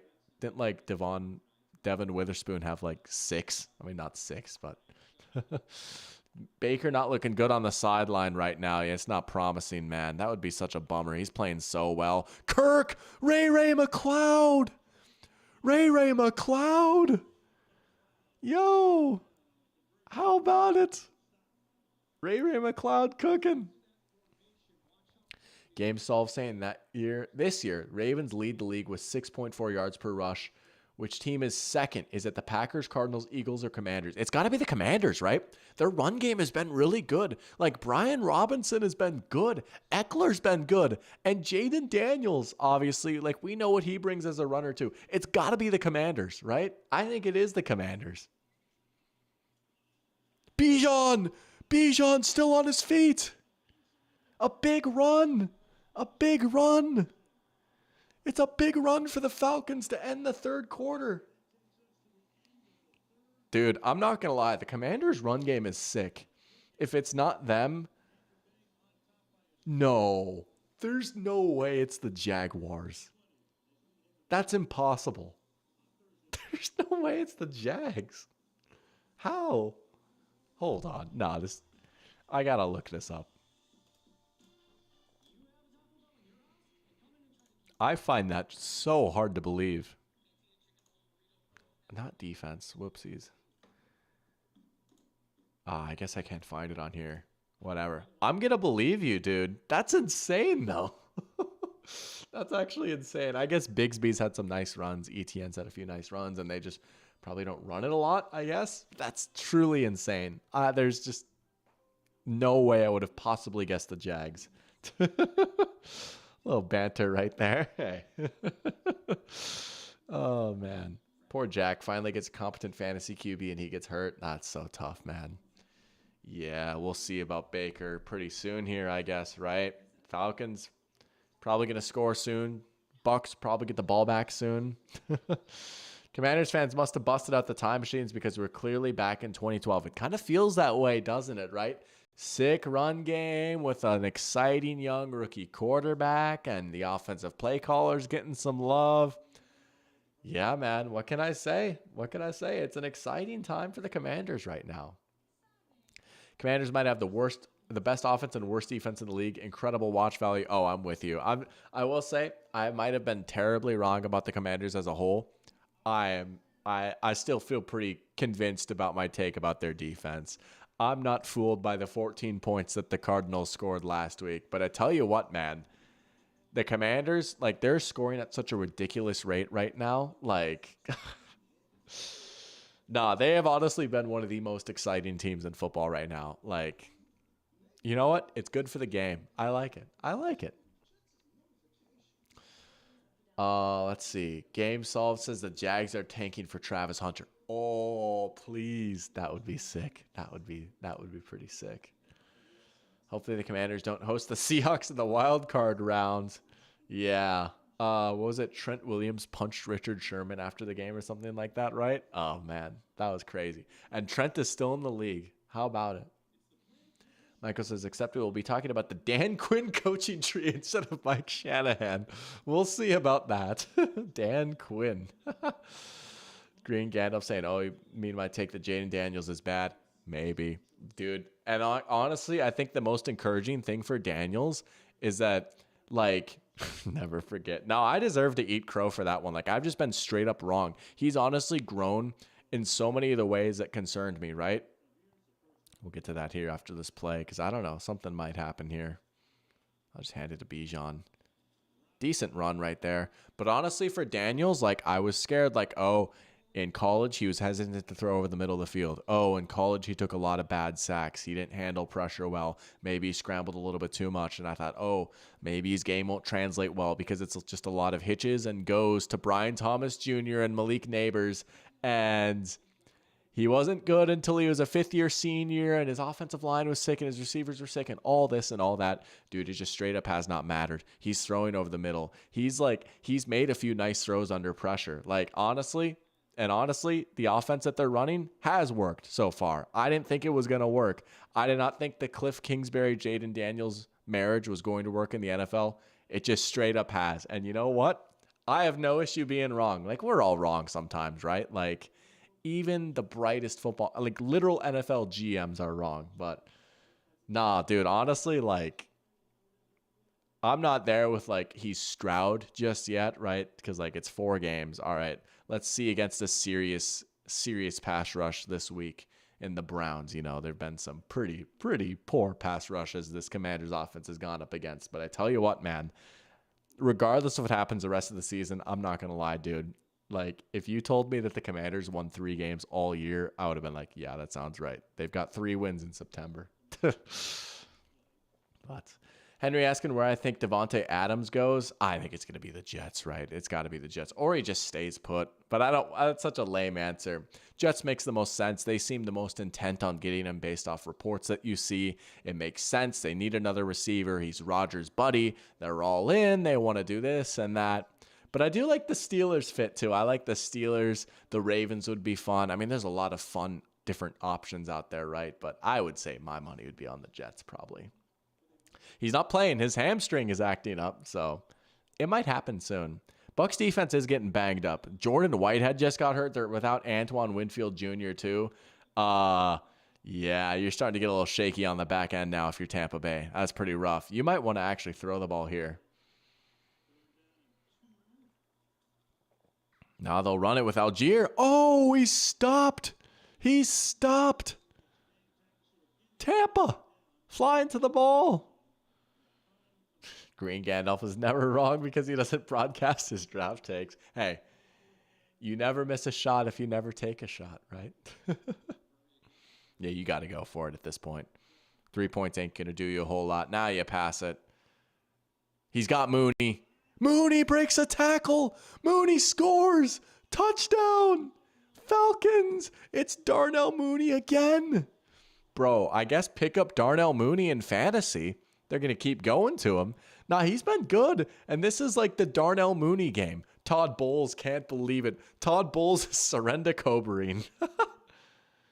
Look at the A fired up. Now, that's an awesome effort after the catch by Mooney. Hide him behind McLeod. Just get him on an out route. Easy money. Then the spin and the score. Mooney. I think they're doing Koo, but you might as well start doing Mooney too if you're the Falcons. How about Kirk? Bro, look at Kirk's stat line. 29 for 40, 351, 3 touchdowns. Hey, I asked if Kirk can earn his chains. Regardless of what happens, you feel so much better about Kirk Cousins now if you're the Falcons, right? This is the Kirk Cousins you were waiting for, right? This is one of those Kirk games. I remember like telling a lot of my Falcons fans friends, right? Like Falcons fan friends, like, all right, Kirk Cousins experience, 17 game season, right? 10 of those games, you're going to get a pretty good, pretty solid quarterback, right? Someone you can comfortably say like, oh, you know, above average, like probably like the 13th best quarterback in the league. You're going to have your bozo Kirk games, right? Just like, I don't know, maybe pressure's getting in his face. Maybe he's a little frazzled, right? And that leads to like a bad fumble or just like an interception. It's like, dude, what are you doing? You know, get that for 3 or 4 games. But the other 3 or 4 games, you get a locked in Kirk game and he goes out there with a Tom Brady stat line. He goes out there with just ripping throws left and right and reading the defense. And he just looks like the greatest pocket passer you've ever seen. This is the type of game we're getting right now from Kirk. This is Kirk Cousins Thursday Night Football against the Rams in 2018. You know, like Kirk is kind of dealing right now. Money with 2 O's indeed. Let's go. Darnell Mooney goes crazy. Goes crazy. Remember when he cooked Jalen Ramsey and that was a whole meme? But I tell you what, he's had a very interesting career arc. I think he had a 1,000-yard year with the Bears, but, you know, wasn't that notable after that. But here he is now making plays. Like, dude, Falcons might have got something with him. Look at that, 1,000 yards and then under 500 the next few years. After like an intriguing rookie year too. There's always been a little bit of talent there with him. Who would have thought Darnell Mooney, though, like would be like the guy here? He's got 8 for 88 and 2 touchdowns. He's feasting. Pitts looks good too. This is like the Falcons offense you kind of envisioned, right? We are here, the Kirk games. Yeah, like this is where we're at right now. This is what you could daydream this offense looking like, minus the run game. But even then, Bijan is starting to break off a few nice runs. But when they signed Kirk Cousins, this is what you could picture. Drake London getting involved. Kyle Pitts getting involved. Now you got Mooney as a piece. Ray McLeod, right? This is a deep offense. Maybe it doesn't have like a Jamar Chase level superstar, but they've got some guys. They've got a quarterback, right? Here we go. Let's go. Like, this is what we're waiting for, man. Let's do this. FFF for short. I'm lost. I might need some context for that, but we do have a good TNF game, don't we? It is a good one. Too bad next week is going to be a wash when the Hawks are up 59-0 at half. Who do the Hawks play next week? I don't remember. Huh. We might have to lock in for that one. Pear Champ ripping off some early season awards in the NFL. We'll check that here after this play. Bucks kind of got an answer now. Baker's back out there, though. That's good. Immediately hits Mike Evans for a first down. Mike Evans been working the middle of the field pretty well in this game, I got to say. He's a dude that's really had a nice, like he's always been a legit wide receiver one friend. Wow, I'm reading chat when I'm talking. He's always been a legit wide receiver one, but he has really turned into a balanced receiver now. He's not just a deep threat and a red zone guy. Like, he can work the intermediate part of the field really well now, which is a good thing to do for someone his size, right? He came into the league as kind of a deep threat, not deep threat only, but like that was really his big thing. But he brings so much more to the table now. Oh, look at all the space for Baker. My goodness. Bro, I could have got the first down there. Oh, Falcons fan friends. There you go. That rolls off the tongue a little bit easier. But Pear Champ's early season awards in the NFL, he's got Jaden Daniels, offensive rookie. Can't hate that. I would probably have to agree. Laiatu Latu, defensive rookie. All right, yeah, he's been pretty good so far. We know that I like him. Kirk, comeback player of the year. Yeah, that one's a debate probably between him, Rodgers, and Burrow, but the way Kirk's looking right now, and I think you might even have like the in-season injury storyline, right? Like, oh, he came back from this year too. Maybe, yeah, I don't hate that. Sam Darnold, MVP, KOC Coach of the Year, Derrick Henry, Offensive Player of the Year, Xavier McKinney, Defensive Player of the Year. I kind of like that one. Xavier's been a beast so far. Leads the league in picks. Kind of holding that Packers secondary together a little bit. Nah, he's been a dude. Green Gandalf saying Kirk comeback player of the year only because of the injury. He was playing his best ball before that injury. He was, yeah. Oh, game solved with another good question. Oh boy, I'm loving these. Man, these 4 throwers have the most yards per attempt. Rank them from most to least. Diggs, Jack Fox, Malik Willis, and Taylor Heineke. Ooh, I'll have to think about that for a sec. Baker, oh, we missed him. He had Otten, just sailed it a little bit. Tough throw, but he should probably hit that. I'm going to say Diggs is probably last, right? Because didn't Diggs throw like a short pass in the red zone or something? I'm going to say Diggs is 4. I'm going to say Willis is 3. Jack Fox 2 and Heineke 1. No, Fox 1, Heineke 2, Willis 3, Diggs 4. Final answer. But I know like Willis was crazy efficient when he played. Like it's honestly crazy that Malik Willis, who started 2 games, is in the mix with a punter, a wide receiver, and a quarterback who's like barely played. Or maybe the 2 quarterbacks are last, but wow. Atlanta crowd getting into it. Fox 1, Diggs 2, Heineke 3, Willis 4. Dang it. Dang it. Oh, well. Forcing a timeout on 3rd and 9, though. That's pretty big here. And again, like, man, the Buccaneers, like, their offense has been moving the ball pretty darn easily. You blink and they're at the Atlanta 38.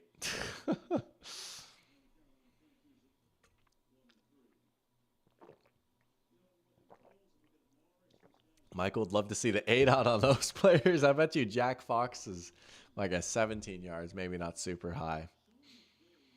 I feel like Willis's was pretty low too. They weren't like asking him to do a lot of crazy stuff. Heineke, I have no idea. I haven't watched any Taylor Heineke this year, to be honest. I don't think I can name a single play that Heineke's made this year. Like, I can't recall one, I should say. Not trying to diss the guy. Just quite literally haven't seen him. Baker under pressure, escapes, jukes. Not going to get there. Man, he tried. He tried, to his credit. A little bit of chippiness now. Let's go. Hey, this is a divisional rivalry, right? Here we go. This is a big game here too, man. It's early, right? It's only October.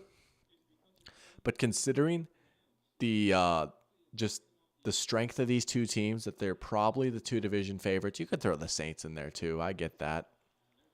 But man, this is a big game. Oh, here we go. They're going to kick it. They're going to kick it. 52-yarder probably, right? 53-yarder?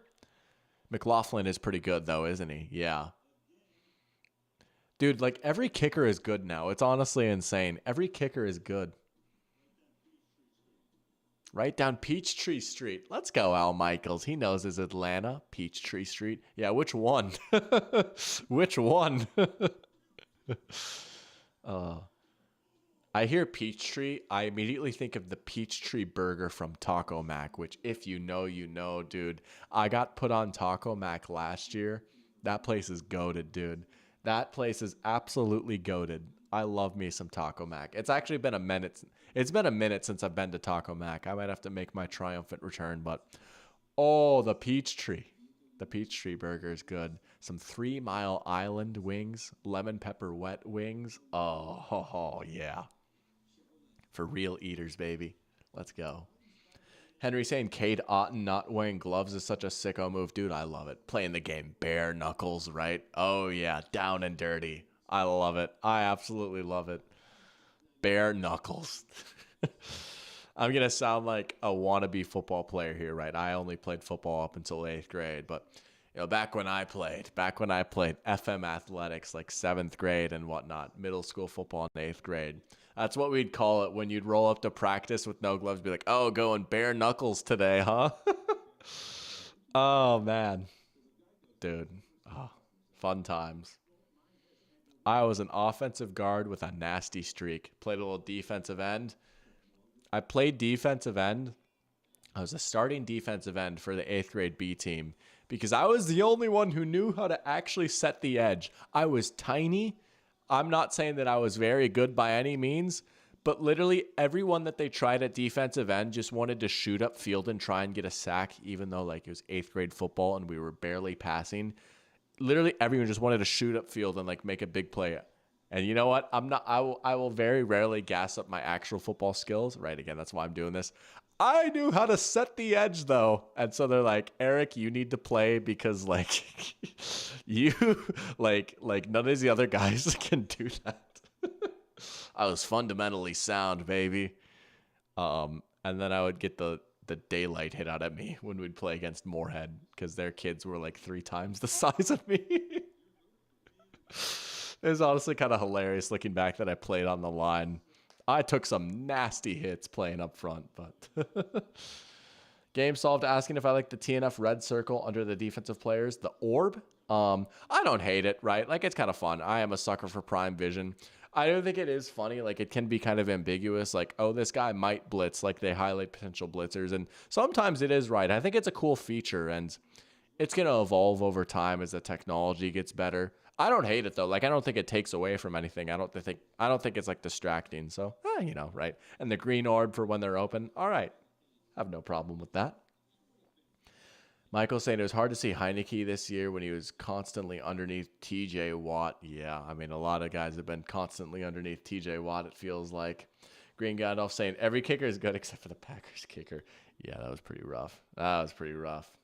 Pearchamp says, funny how we were ready for Todd Bowles and Dennis Allen to be fired last year, but they're still hanging around. Bowles earned it, and the Saints just love being mediocre. Yeah, maybe the Saints' fast start was a little bit of a flash in the pan, but Bowles is like a legit, like, all right, like you're a pretty good coach. Like, all right, you've earned it, Bijan on a screen, there you go. Get him the ball. Just get him the ball. He's another one who's like, okay, good defensive mind, right? And he seems to have like a really good culture there. The guys seem to really like him in Tampa, right? Inside hire, just promoted him from DC. And it's been working, man. Like they keep winning with him. Whitehead is questionable to return.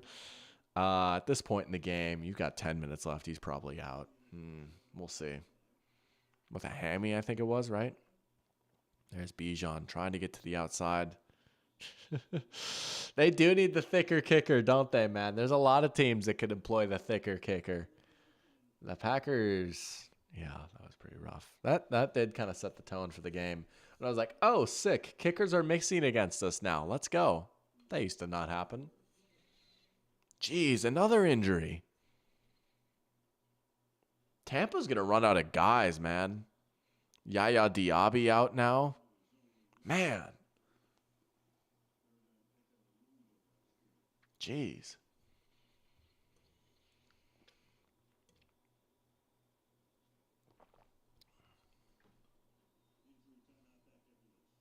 Yeah. They're going to take an injury timeout to cut away. I mean, it did not look good. He looked to be in pretty rough shape. Dude, these food ads. Oh my gosh. The Colorado KFC ad making me hungry.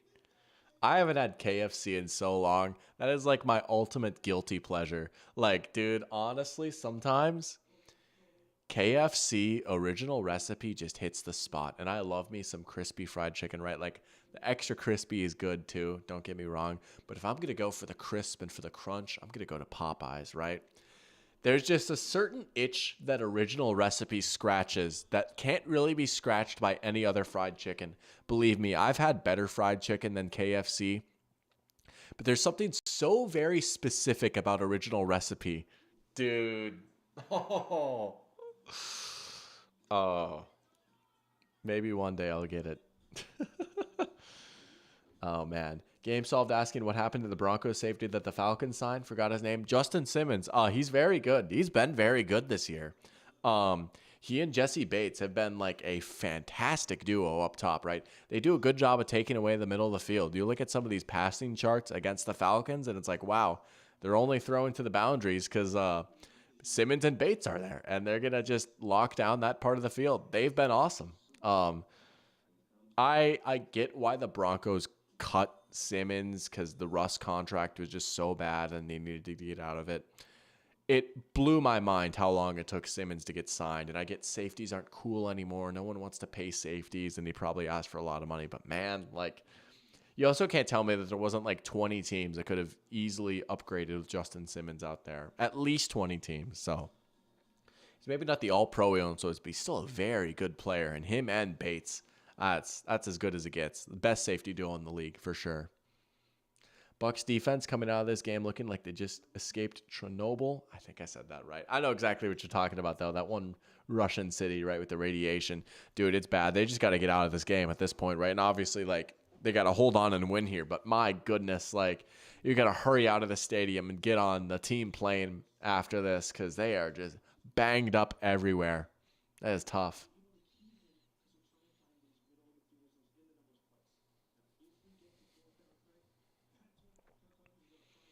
Here we go. 3rd and 4, man. Starting to get down to it. Oh, did Levante get there early? He can't believe it. That's an interesting call to make here. See the replay here, right? Maybe he got there early. That's a tough call to make, though. Let's see this back here, Levante.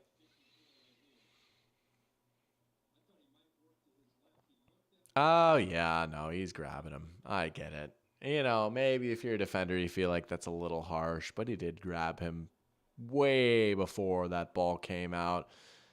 Yeah, that's legit. That's legit. Henry with the throwback to Classic City Eats Chicken. That's a place I haven't had in a while. Oh, the piece of white bread that they just pile all the chicken on. Those green beans were good too, and the fries. Oh, yeah. Man, that takes me back. Last time I had Classic City Eats was for my 23rd birthday for lunch. So, August of 2023. Classic City Eats. Great place to watch the game, too. Remember when we went there for the Big 12 championship game? Do you remember that, Henry? We went to Classic City Eats at like 11 in the morning. I had a half chicken plate before noon even struck on the clock. That was awesome.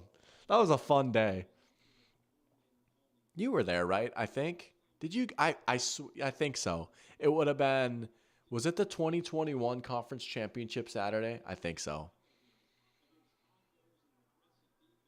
Sounds right.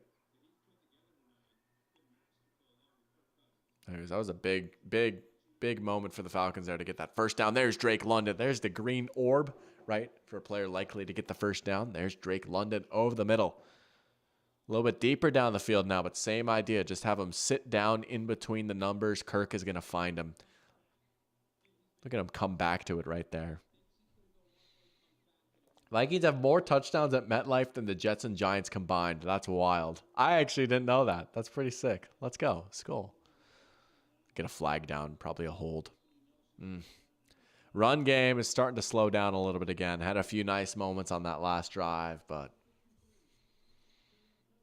holdings and kind of running into brick walls. Jack says Titans stole 2 of the Seahawks safeties and somehow have a worse safety group than Seattle. Yeah.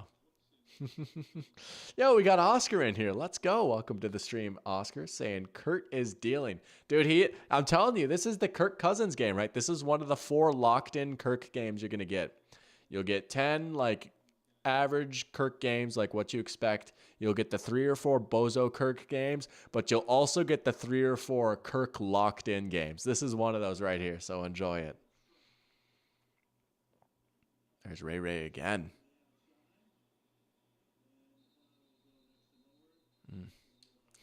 That must have been one of those 4 games I was talking about. Oh, let's go. Yeah, he knows. Dude, I talked every Falcons fan's ear off with that.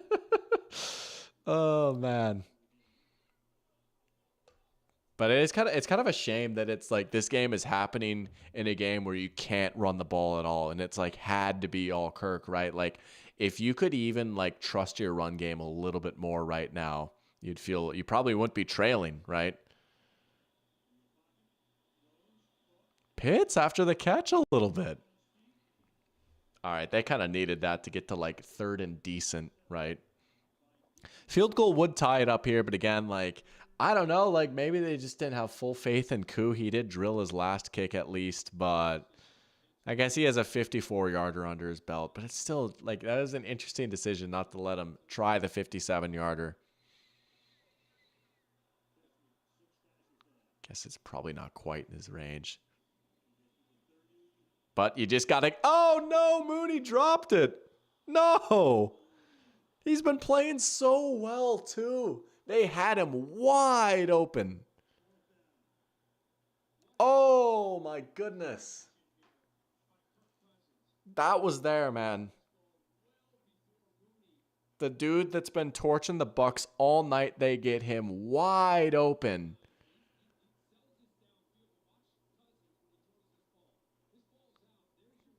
Wow. Man. That was an unreal throw by Kirk, too. He's getting killed, and he lets it go well before Mooney's even turned around. That's like one of the best throws of the night from Kirk, and Mooney dropped it. That's such a shame. Koo's got to drill this. Oh, no, it's blocked. No. What an unbelievable, unfortunate turn of events right there for the Falcons, man. You get a play to work perfectly. Kirk with an unbelievable throw. It's dropped, and then the field goal's blocked. More points left on the table for the Falcons, right? Haven't quite been able to finish some of these drives still. Ah, man. That is heartbreaking, man. Goodness. Yeah. Oscar asking if Pitts is washed. Not after tonight, man. He was on washed watch for really all of this season so far, but I think he's moved pretty well today. You know, his stats look pretty good, right? He's been getting open a little bit more. You go back and watch the game last week, right? And man, there's just some routes where it's like this dude is not getting open at all. The separation stats don't look good, but he's been a lot more involved in the passing game. I was so happy first drive when they just sent Pitts vertically down the seam, right? They lined him up in line next to the offensive line and just let him run down the middle of the field. And what do you know? They hit like a 40-yard pass or something like that. So I think this is a lot more promising performance from Kyle Pitts and a lot more promising usage of Kyle Pitts from Zach Robinson, because that was something that kind of was a little concerning too. It was like, all right, man, like you came in here to like use him in a better way than Arthur Smith, and you haven't yet. But today has been a little bit more promising. So I'm still there, man. I'm still there. But it was looking pretty tough for him for a little bit. Jack saying he would have caught it. Green Gandalf wanted him to go for it. I wonder what the recommendation would have been. Let's see if they have that one ready yet. Maybe not. I feel like I understand the field goal there, right? It is a bit of a longer fourth down. Certainly in Koo's range, but also that is the risky run, right? Longer kick. You have to kick it a little bit lower, drive that ball, more likely to get blocked. But man, they really should have just caught the ball. Henry saying probably cost him the game. I mean, you look at how much time is left on the clock. Bucks touchdown probably ends it. Bucks touchdown would probably end this one, I gotta say. That is probably the most impactful play of the game right now, though. I mean, that's not like crazy take right there. Let's see. Did the robots recommend that they should have gone for it or not? I'm going to say slight lean towards kick, probably. I'll say kick by like 2%. Oh, wow. Not by a lot at all. The analytics say could have either gone for it or kicked it, really. But again, like with how good Koo has typically been, I honestly probably would have kicked it there, to be honest with you. But yeah, there is 6 minutes left. And I will say the Bucks rushing attack hasn't been consistent, so maybe you're not super worried about them just grinding the clock out. But man, these first Few plays are really going to be impactful. There you go, though. Bat the pass down at the line. Oh, that was a big first down play right there. Now, if you're Tampa, you feel like you kind of probably have to pass in second and long, right? You cannot have this happen to you and then go 3 and out. Because honestly, I don't know. If the Falcons get the ball last and they're within like 4 points, I think they can win this game, honestly. I really do. But it really is going to come down to whether they can get a stop on this drive or not. Even if you hold Tampa to 3, all right, you take that, right? Oh, that's a big run by Rachaad White, though. Oh, man. Not going to lie. I didn't think Tampa had that in them. I didn't think they had an 8-yard run on 2nd and 10 in them. Oh, man. Now you can do anything on 3rd and short. Pitts wishes he was Gary Barnidge. Younghoe Koo for the Charger Falcon Immaculate Grid. Yeah, that's right. He was on the Chargers before they changed their uniforms. Goodness. Oh, man. This is probably 4-down territory right here, honestly. I don't know if they do it, but it might be. Baker's going to get it with his legs. Playmaker Baker again. I swear, I don't know the numbers on this. I feel like he's scrambled more than he ever has in his life this year. He is so comfortable just using his legs now. And he throws on the run a lot, too. Look at that easy hole right there. No one wins up front. Same old story for the Falcons. Just not able to get after him. And doesn't matter if it's really covered up well or not. Just easy first down. And that's tough because that clock is ticking now. If you're Atlanta, you got 3 timeouts. But man, that's tough. There's Bucky Irving.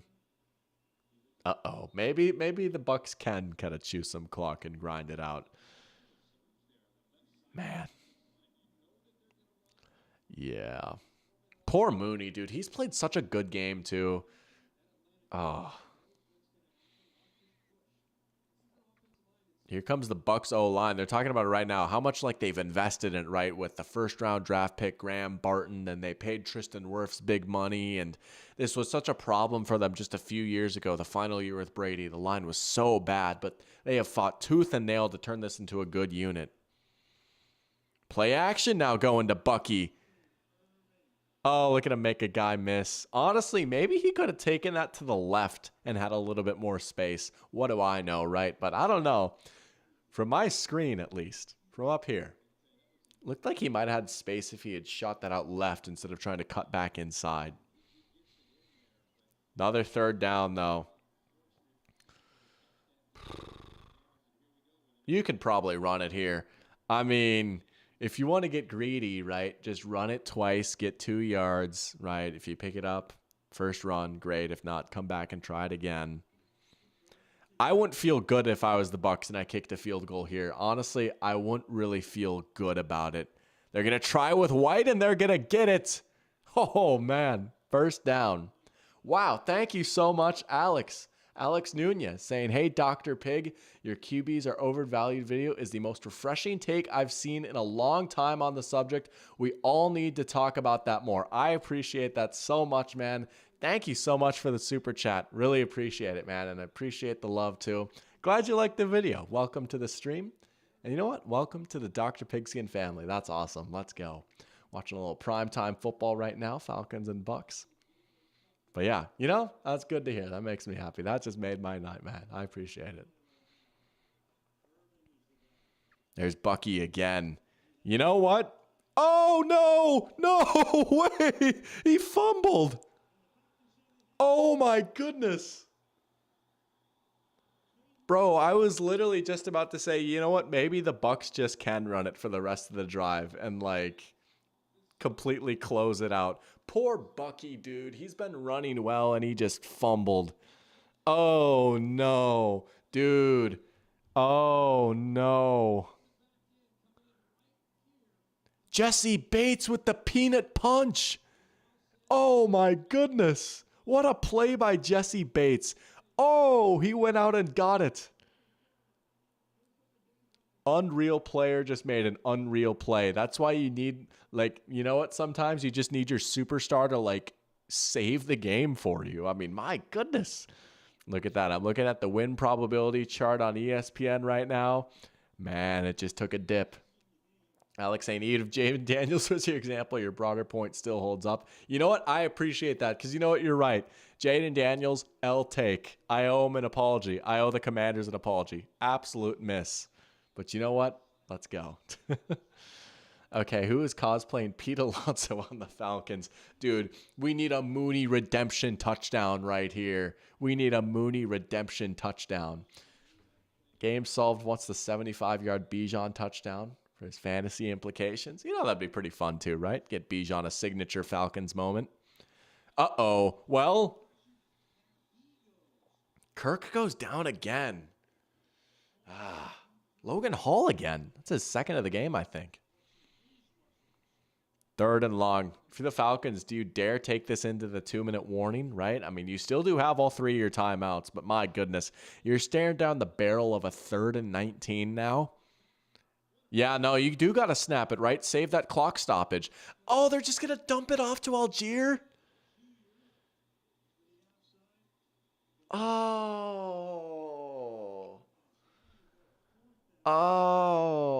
I mean, if nothing's there, nothing's there, I guess, but dude, you just got a lifeline of a fumble and you immediately go 3 and out. And now you need a 3 and out of your own. Dude. And all they needed was a field goal. What a disappointing drive. That sack completely killed the drive.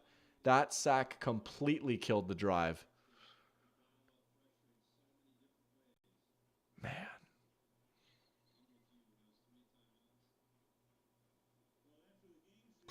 Well, here you go, I guess, right? Here you go, Raheem Morris. I mean, dude, you say that like you say give him a chance. The Falcons defense literally just gave them a chance, right? Jesse Bates literally like probably 2 or 3 minutes ago gave him a chance. Jack is saying go for it. Yeah, I feel like the suggestion would not be to go for it here. Dan Campbell it. Oh man. Man, if the Falcons lose this game, that is going to be an incredibly frustrating loss. You feel like this is one you could have easily had against a divisional opponent at home. Well, it's not over yet, though, but once again, Kirk Cousins throwing behind the sticks. Never seen it before. The diaper quotes. It returns. Yes, let's go. I gotta read it in entirety, right? Here's what I would say, because I tell my family this. Just wear a diaper before some of these games. I'll give them an alert and say, put them on and be ready to roll. MCDC. Let's go. Dude, they're going for it. I guess so, right? You need to stop either way. You have timeouts. I guess so. Intercepted. Levante David.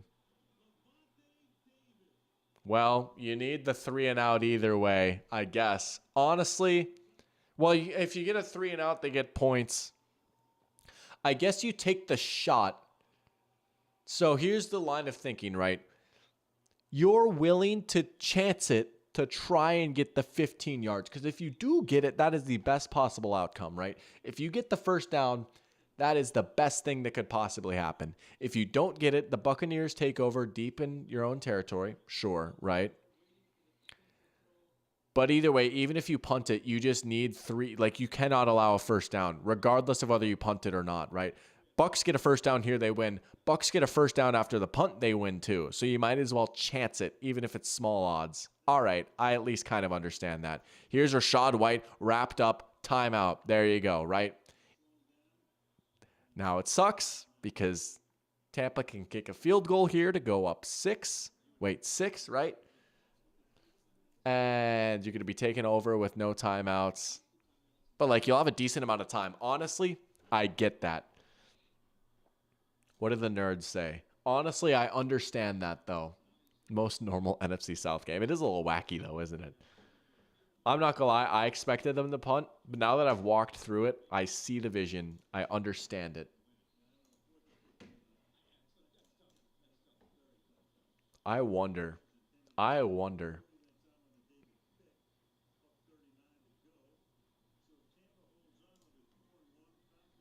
This must be like the late 2010s where all the Georgia sports teams lose in the same week. Oh, dude. There's been some rough Georgia sports moments. Oh, they don't even have it up yet. Whatever. We'll check that later. But honestly, I honestly at least get that now a little bit. Game ain't over till the final whistle. It's not, right? 2nd and 13 now. You're going to run it again with Bucky. They're giving it back to Bucky after the fumble. You know what? I like the... Oh, there's a flag down. Hold on. Oh, if it's a hold, that's big. Oh, is it going to be a face mask? Holding. Al Michaels said face mask. That's kind of tough that there's going to be an interception on Kirk's stat line now, though, because he balled the freak out. Holding on the rookie Graham Barton. Oh, maybe there was a little bit of a face mask. Caden Ellis right there. Uh-oh. Man. Well, here you go. It's 2nd and 23. They're backed up now. Hold on. Jack. Hold on. This is a long kick from here now all of a sudden after the hold. Oh, boy. Oh, they pass it. It's a screen to Rachaad White, and it's smothered. Oh, my goodness. There's no way the Falcons can do this again. Remember when they absolutely, completely just had the most zany win that we've seen against the Eagles? Like, just how improbable of a win that was. There's no way that all of a sudden Kirk has devil magic as soon as he leaves Minnesota. Hold on a second. Oh, Evans wanted the ball. That's crazy. It's now 3rd and 25. They're on the Falcons 43. It would be about a 60-yard field goal from here. They're like... I mean, honestly, if you're the Bucs at this point, right? Like, you hope to just get like 7 yards to make it an easier kick, right? Like, because you can't make a catastrophic mistake. You absolutely cannot take a sack. Smothered and covered. I love it. Oh, a Waffle House reference. Here we go. You probably just do something short here. Yeah, I don't even hate the decision to run with Bucky there. Dude, he goes nowhere. Oh my goodness. The Falcons call timeouts.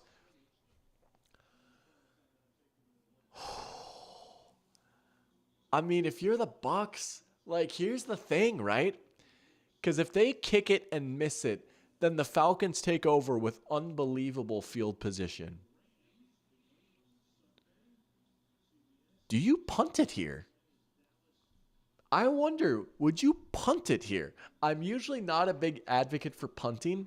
I mean, Chase McLaughlin has been good. How much faith do you have in Chase McLaughlin to hit a 60-yard field goal? You could go for it. You could certainly go for it. I mean, it's 4th and 24, right? They're probably not getting that again. Like, you take a sack, worse field position, right? I think you might want to punt it here. I honestly, again, I don't always advocate for punting. I think punting might be the right call. Yeah, they're going to punt. They're going to punt. Because if McLaughlin misses, then the Falcons take over, like, in Buccaneer territory. Because I believe they would take over where the ball is spotted, right, on the kick, which is usually like 7 yards back. Yeah. Oh, it's a touchback. Oh, my goodness. Here we go. Kirk Cousins Legacy Drive Part 2. Does this movie have a sequel? We said, going into the stream, can Kirk Cousins earn his chains? He earned a chain week 2 against the Eagles. Prime time. Can Kirk earn another chain? Primetime Kirk again. Legacy drive against the Buccaneers. You're down 3, no timeouts. Go win the game. You're the big money quarterback. You're the quarterback we've been waiting for. Go win the game. Go win the game. Jack asking if I want to do the Waffle House challenge. Absolutely. That would be awesome. I'll do it with both the Doty boys. That would be legendary. There you go. Pitts in the flat. Game solve saying Bijan lock in. I'm gonna say it. I think the Falcons score a touchdown on this drive. Henry's fired up about the Falcons defense. Nah, they were unbelievable again. You know what? Twice in a row they had to save the Falcons. Twice in a row they did it. Twice in a row they did it. Oh, come on. Here we go, man. Kirk over the middle. Mooney caught this one this time. Oh, he picked him up. Oh, I would love some Michael Doty commentary as I ate waffles. Oh, got to make that happen. Here we go. Kirk, clean pocket again. Another strike. Ray McLeod. Fumble! Out of bounds. Oh, my goodness. As long as you please me like Collinsworth. Oh, man. Game solved since he thinks Kirk throws another pick. Dude, I don't know. He's locked in right now. You got to be careful about a Ray McLeod fumble, though. Wait. The clock was running. Dude, I didn't even think about that because he fumbled. Oh, we didn't get out of bounds. Oh, boy. And again, you don't have timeouts. A lot of time came off the clock there. Kirk gets killed. Yeah, I mean, he's just, there's a lot of ground for him to make up to get out of bounds. I suppose they only need the field goal. We might be in for overtime here. They don't need a touchdown. They're pretty close to field goal range. Man, here comes a blitz. Kirk, London, first down, out of bounds. Man, Jack says, check it down to Bijan. Younghoe Koo legacy comeback too. Yeah. Little redemption moment for Koo. Oh, baby. We got OT potentially on TNF. Al Michaels is saying it'd be a 61-yarder from here. No, actually. I was actually just thinking about that too. Week 1, Sunday Night Football. Lions-Rams went to overtime. Kirk. Oh, couldn't quite hook up with McLeod there. Man, all right, you've probably got 2 more plays here. And you got to, I don't know, man. If you catch it inbounds, oh boy, you got to be ready to hustle. That was a good play by Zion McCollum. Injury. Oh, another Buck is down. Goodness. Man, Bucks are going to like their 3rd line of defenders now. This has been a cursed game for Tampa Bay.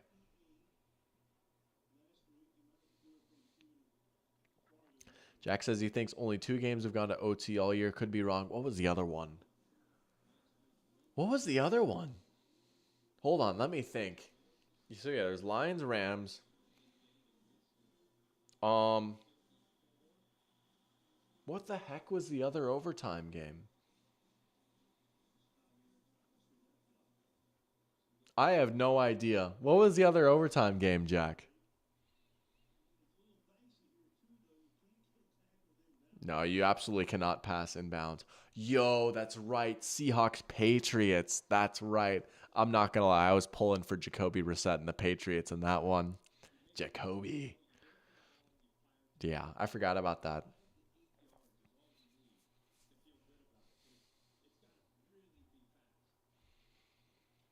Oh, boy. I'm a little nervous. I don't know. I said, oh, they're going to score a touchdown. They're most certainly not scoring a touchdown here. They got to hurry. Oh, they're going to get it spiked. Wow. Wow.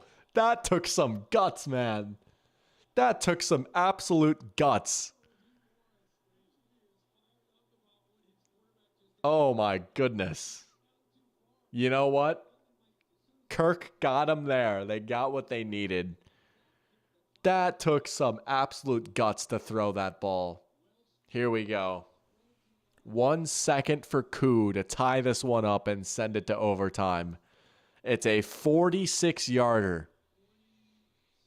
Will the Falcons falcon? Or will Koo give us some free football? Youngway Koo redemption arc. Jack trying to prank me. There's no way that they've possibly kicked it yet. Nice try. Nice try. I will say, though, that is not good. I will say what just happened is not good. Maybe a little bit of foreshadowing. They wanted the play clock to be reset, and they just didn't do it. Hold on a second. Now it's a 52-yarder. Timeout Tampa Bay. My goodness, they're going to make us wait. Oh, no.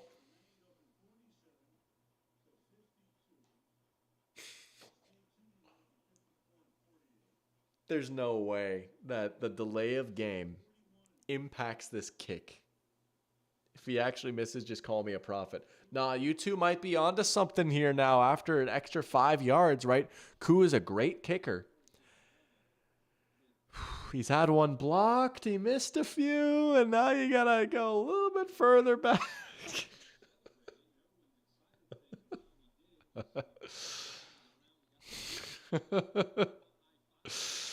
Oh, my gosh.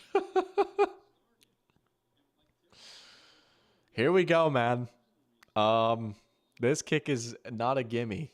Oh, boy. There's a little bit of nervous energy in the Koo chants now.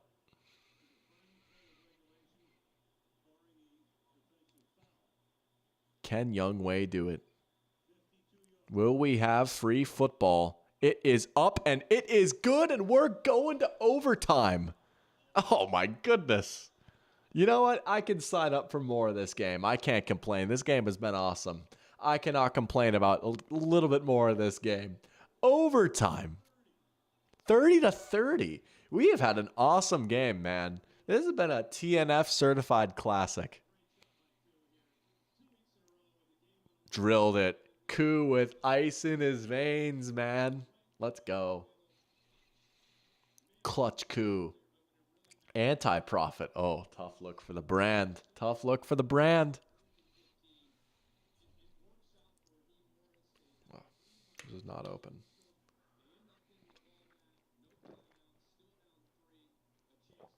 Baker just spat on that thing. That was actually insane, though. They just ripped it over the middle to London and got the spike off in time. Here we go. Coin toss, baby.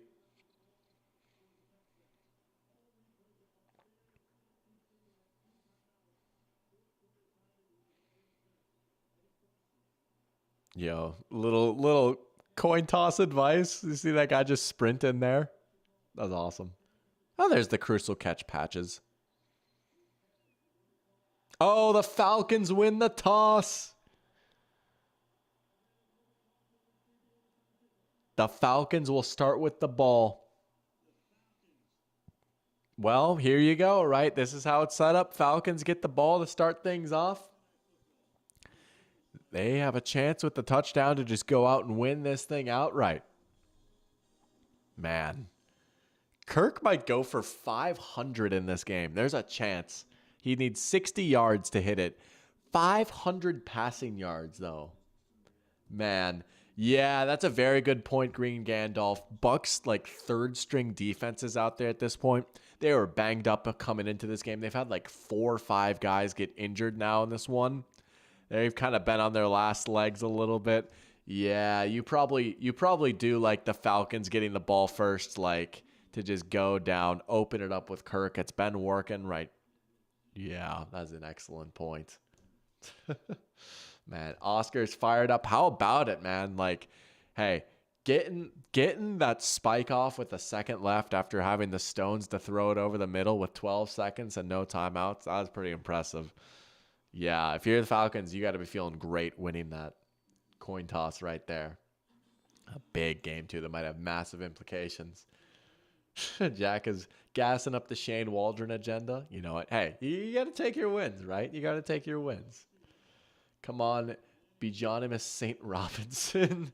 BD Ray Wilson. Oh, what a call right there. BD Ray Wilson. You know, Michael just waltzes in here sometimes and gives us just some legendary pulls. I love it. I can't wait to see what he's got cooked up next stream. This is an all-time Thursday nighter. You know, sometimes Thursday night football is a little bit of a snooze fest, but here you go. A divisional matchup. Two teams vying for the top spot in the South. 30-30, and we're in overtime. And here comes Kirk Cousins.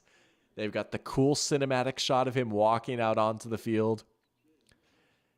Here you go once again, man, right? This is what you paid Kirk Cousins the big money for. You know what? He has played an unbelievable game. What's one more drive for him, right? I don't know. I feel like they're going to pop a big one here soon. They might not house it. I feel like next couple of plays, we'll see a big passing play that'll get the Falcons like down in the red zone. They start with a run to Algier. All right, whatever. Maybe you catch them off guard. Went away from the run game a little bit. First play of the drive. Nah, you got to throw it here now. Open it up. Open it up. London has been feasting all day. Got the rookie McCollum on him right now. There he is. There he is. All right. Third and manageable. Okay. Now, again, if you're the Falcons, you don't even want to think about this. Let's say incomplete pass. Would you dare go for it on 4th and 3? Would you dare go for it? Be an interesting conversation. But they'll just get it to London instead. There he goes. There's the explosive play. Maybe he didn't get him into the red zone, but already plus territory. Oh, no. London's down again. Dude. Oh, he's had such a good game, too. Goodness. 12 for 154 for London. At least it wasn't a shot to the head. That's good. But, oh. Man. Kirk, dude. Kirk to London has been nasty. I can't believe I sat Drake London in one of my fantasy leagues. Now he's down.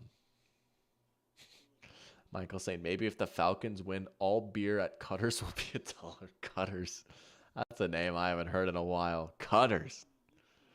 Jack saying, so do they just hate Bejonimus St. Robinson? Probably a bruised rib. Yeah, he took a shot there. He took an absolute shot there. He's standing up, though. That's good. Man. Well, here you go. You're without your top dog at receiver again, right? Last time Mooney was kind of the answer. Do you go back to him? Do you look to Pitts, right?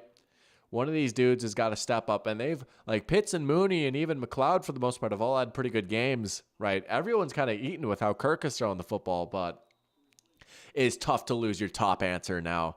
Granted, it's good you're at least like closer to field goal range, but man, injuries galore in this one. Oh, that one almost got jumped. There's Hodge. Kadarrell Hodge turns on the Jets, and that's gonna do it. The Falcons win in overtime.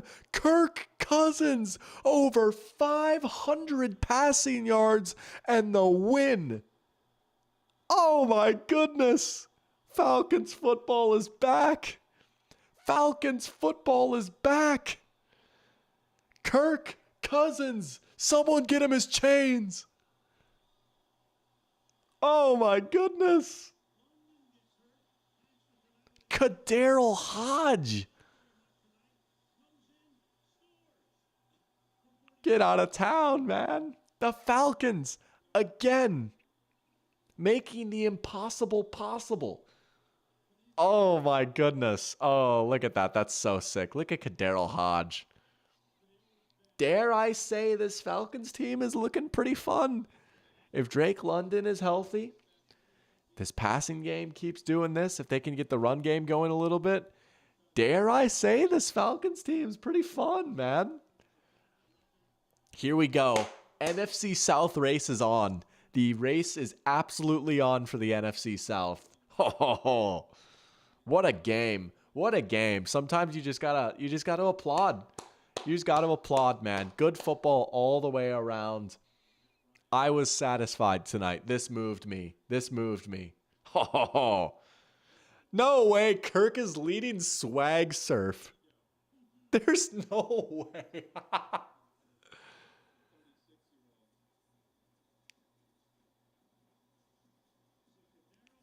Atlanta, Kirk is here. He just led swag surfing. Oscar, did you see his quote about swag surfing last week? It was like just the most Kirk thing ever. Oh my goodness. Welcome to the Kirk Cousins experience, man. You know what? When you put your head to your pillow at night tonight, you go to sleep. I hope all you Falcons fans in here just give yourself a little smile and think, you know what? Tonight was one of the good ones. Tonight was one of the good ones. That's awesome. Wow. How does this affect LeBron's legacy? Kirk is closing in on LeBron. Coming full circle, right? He's closing in on LeBron. That was a LeBron James against the Raptors moment right there. Kadarrell Hodge, dude. Impossible. Get out of town. That's awesome. Oscar's fired up. I can only imagine Henry's fired up right now, too. I can picture. There he is. Henry making his triumphant return. Oh. I can only imagine the scenes in Fort Collins right now. Oh. Man. I can only imagine the celebrations. You know what? You guys got prime Kirko tonight. He earned his chains.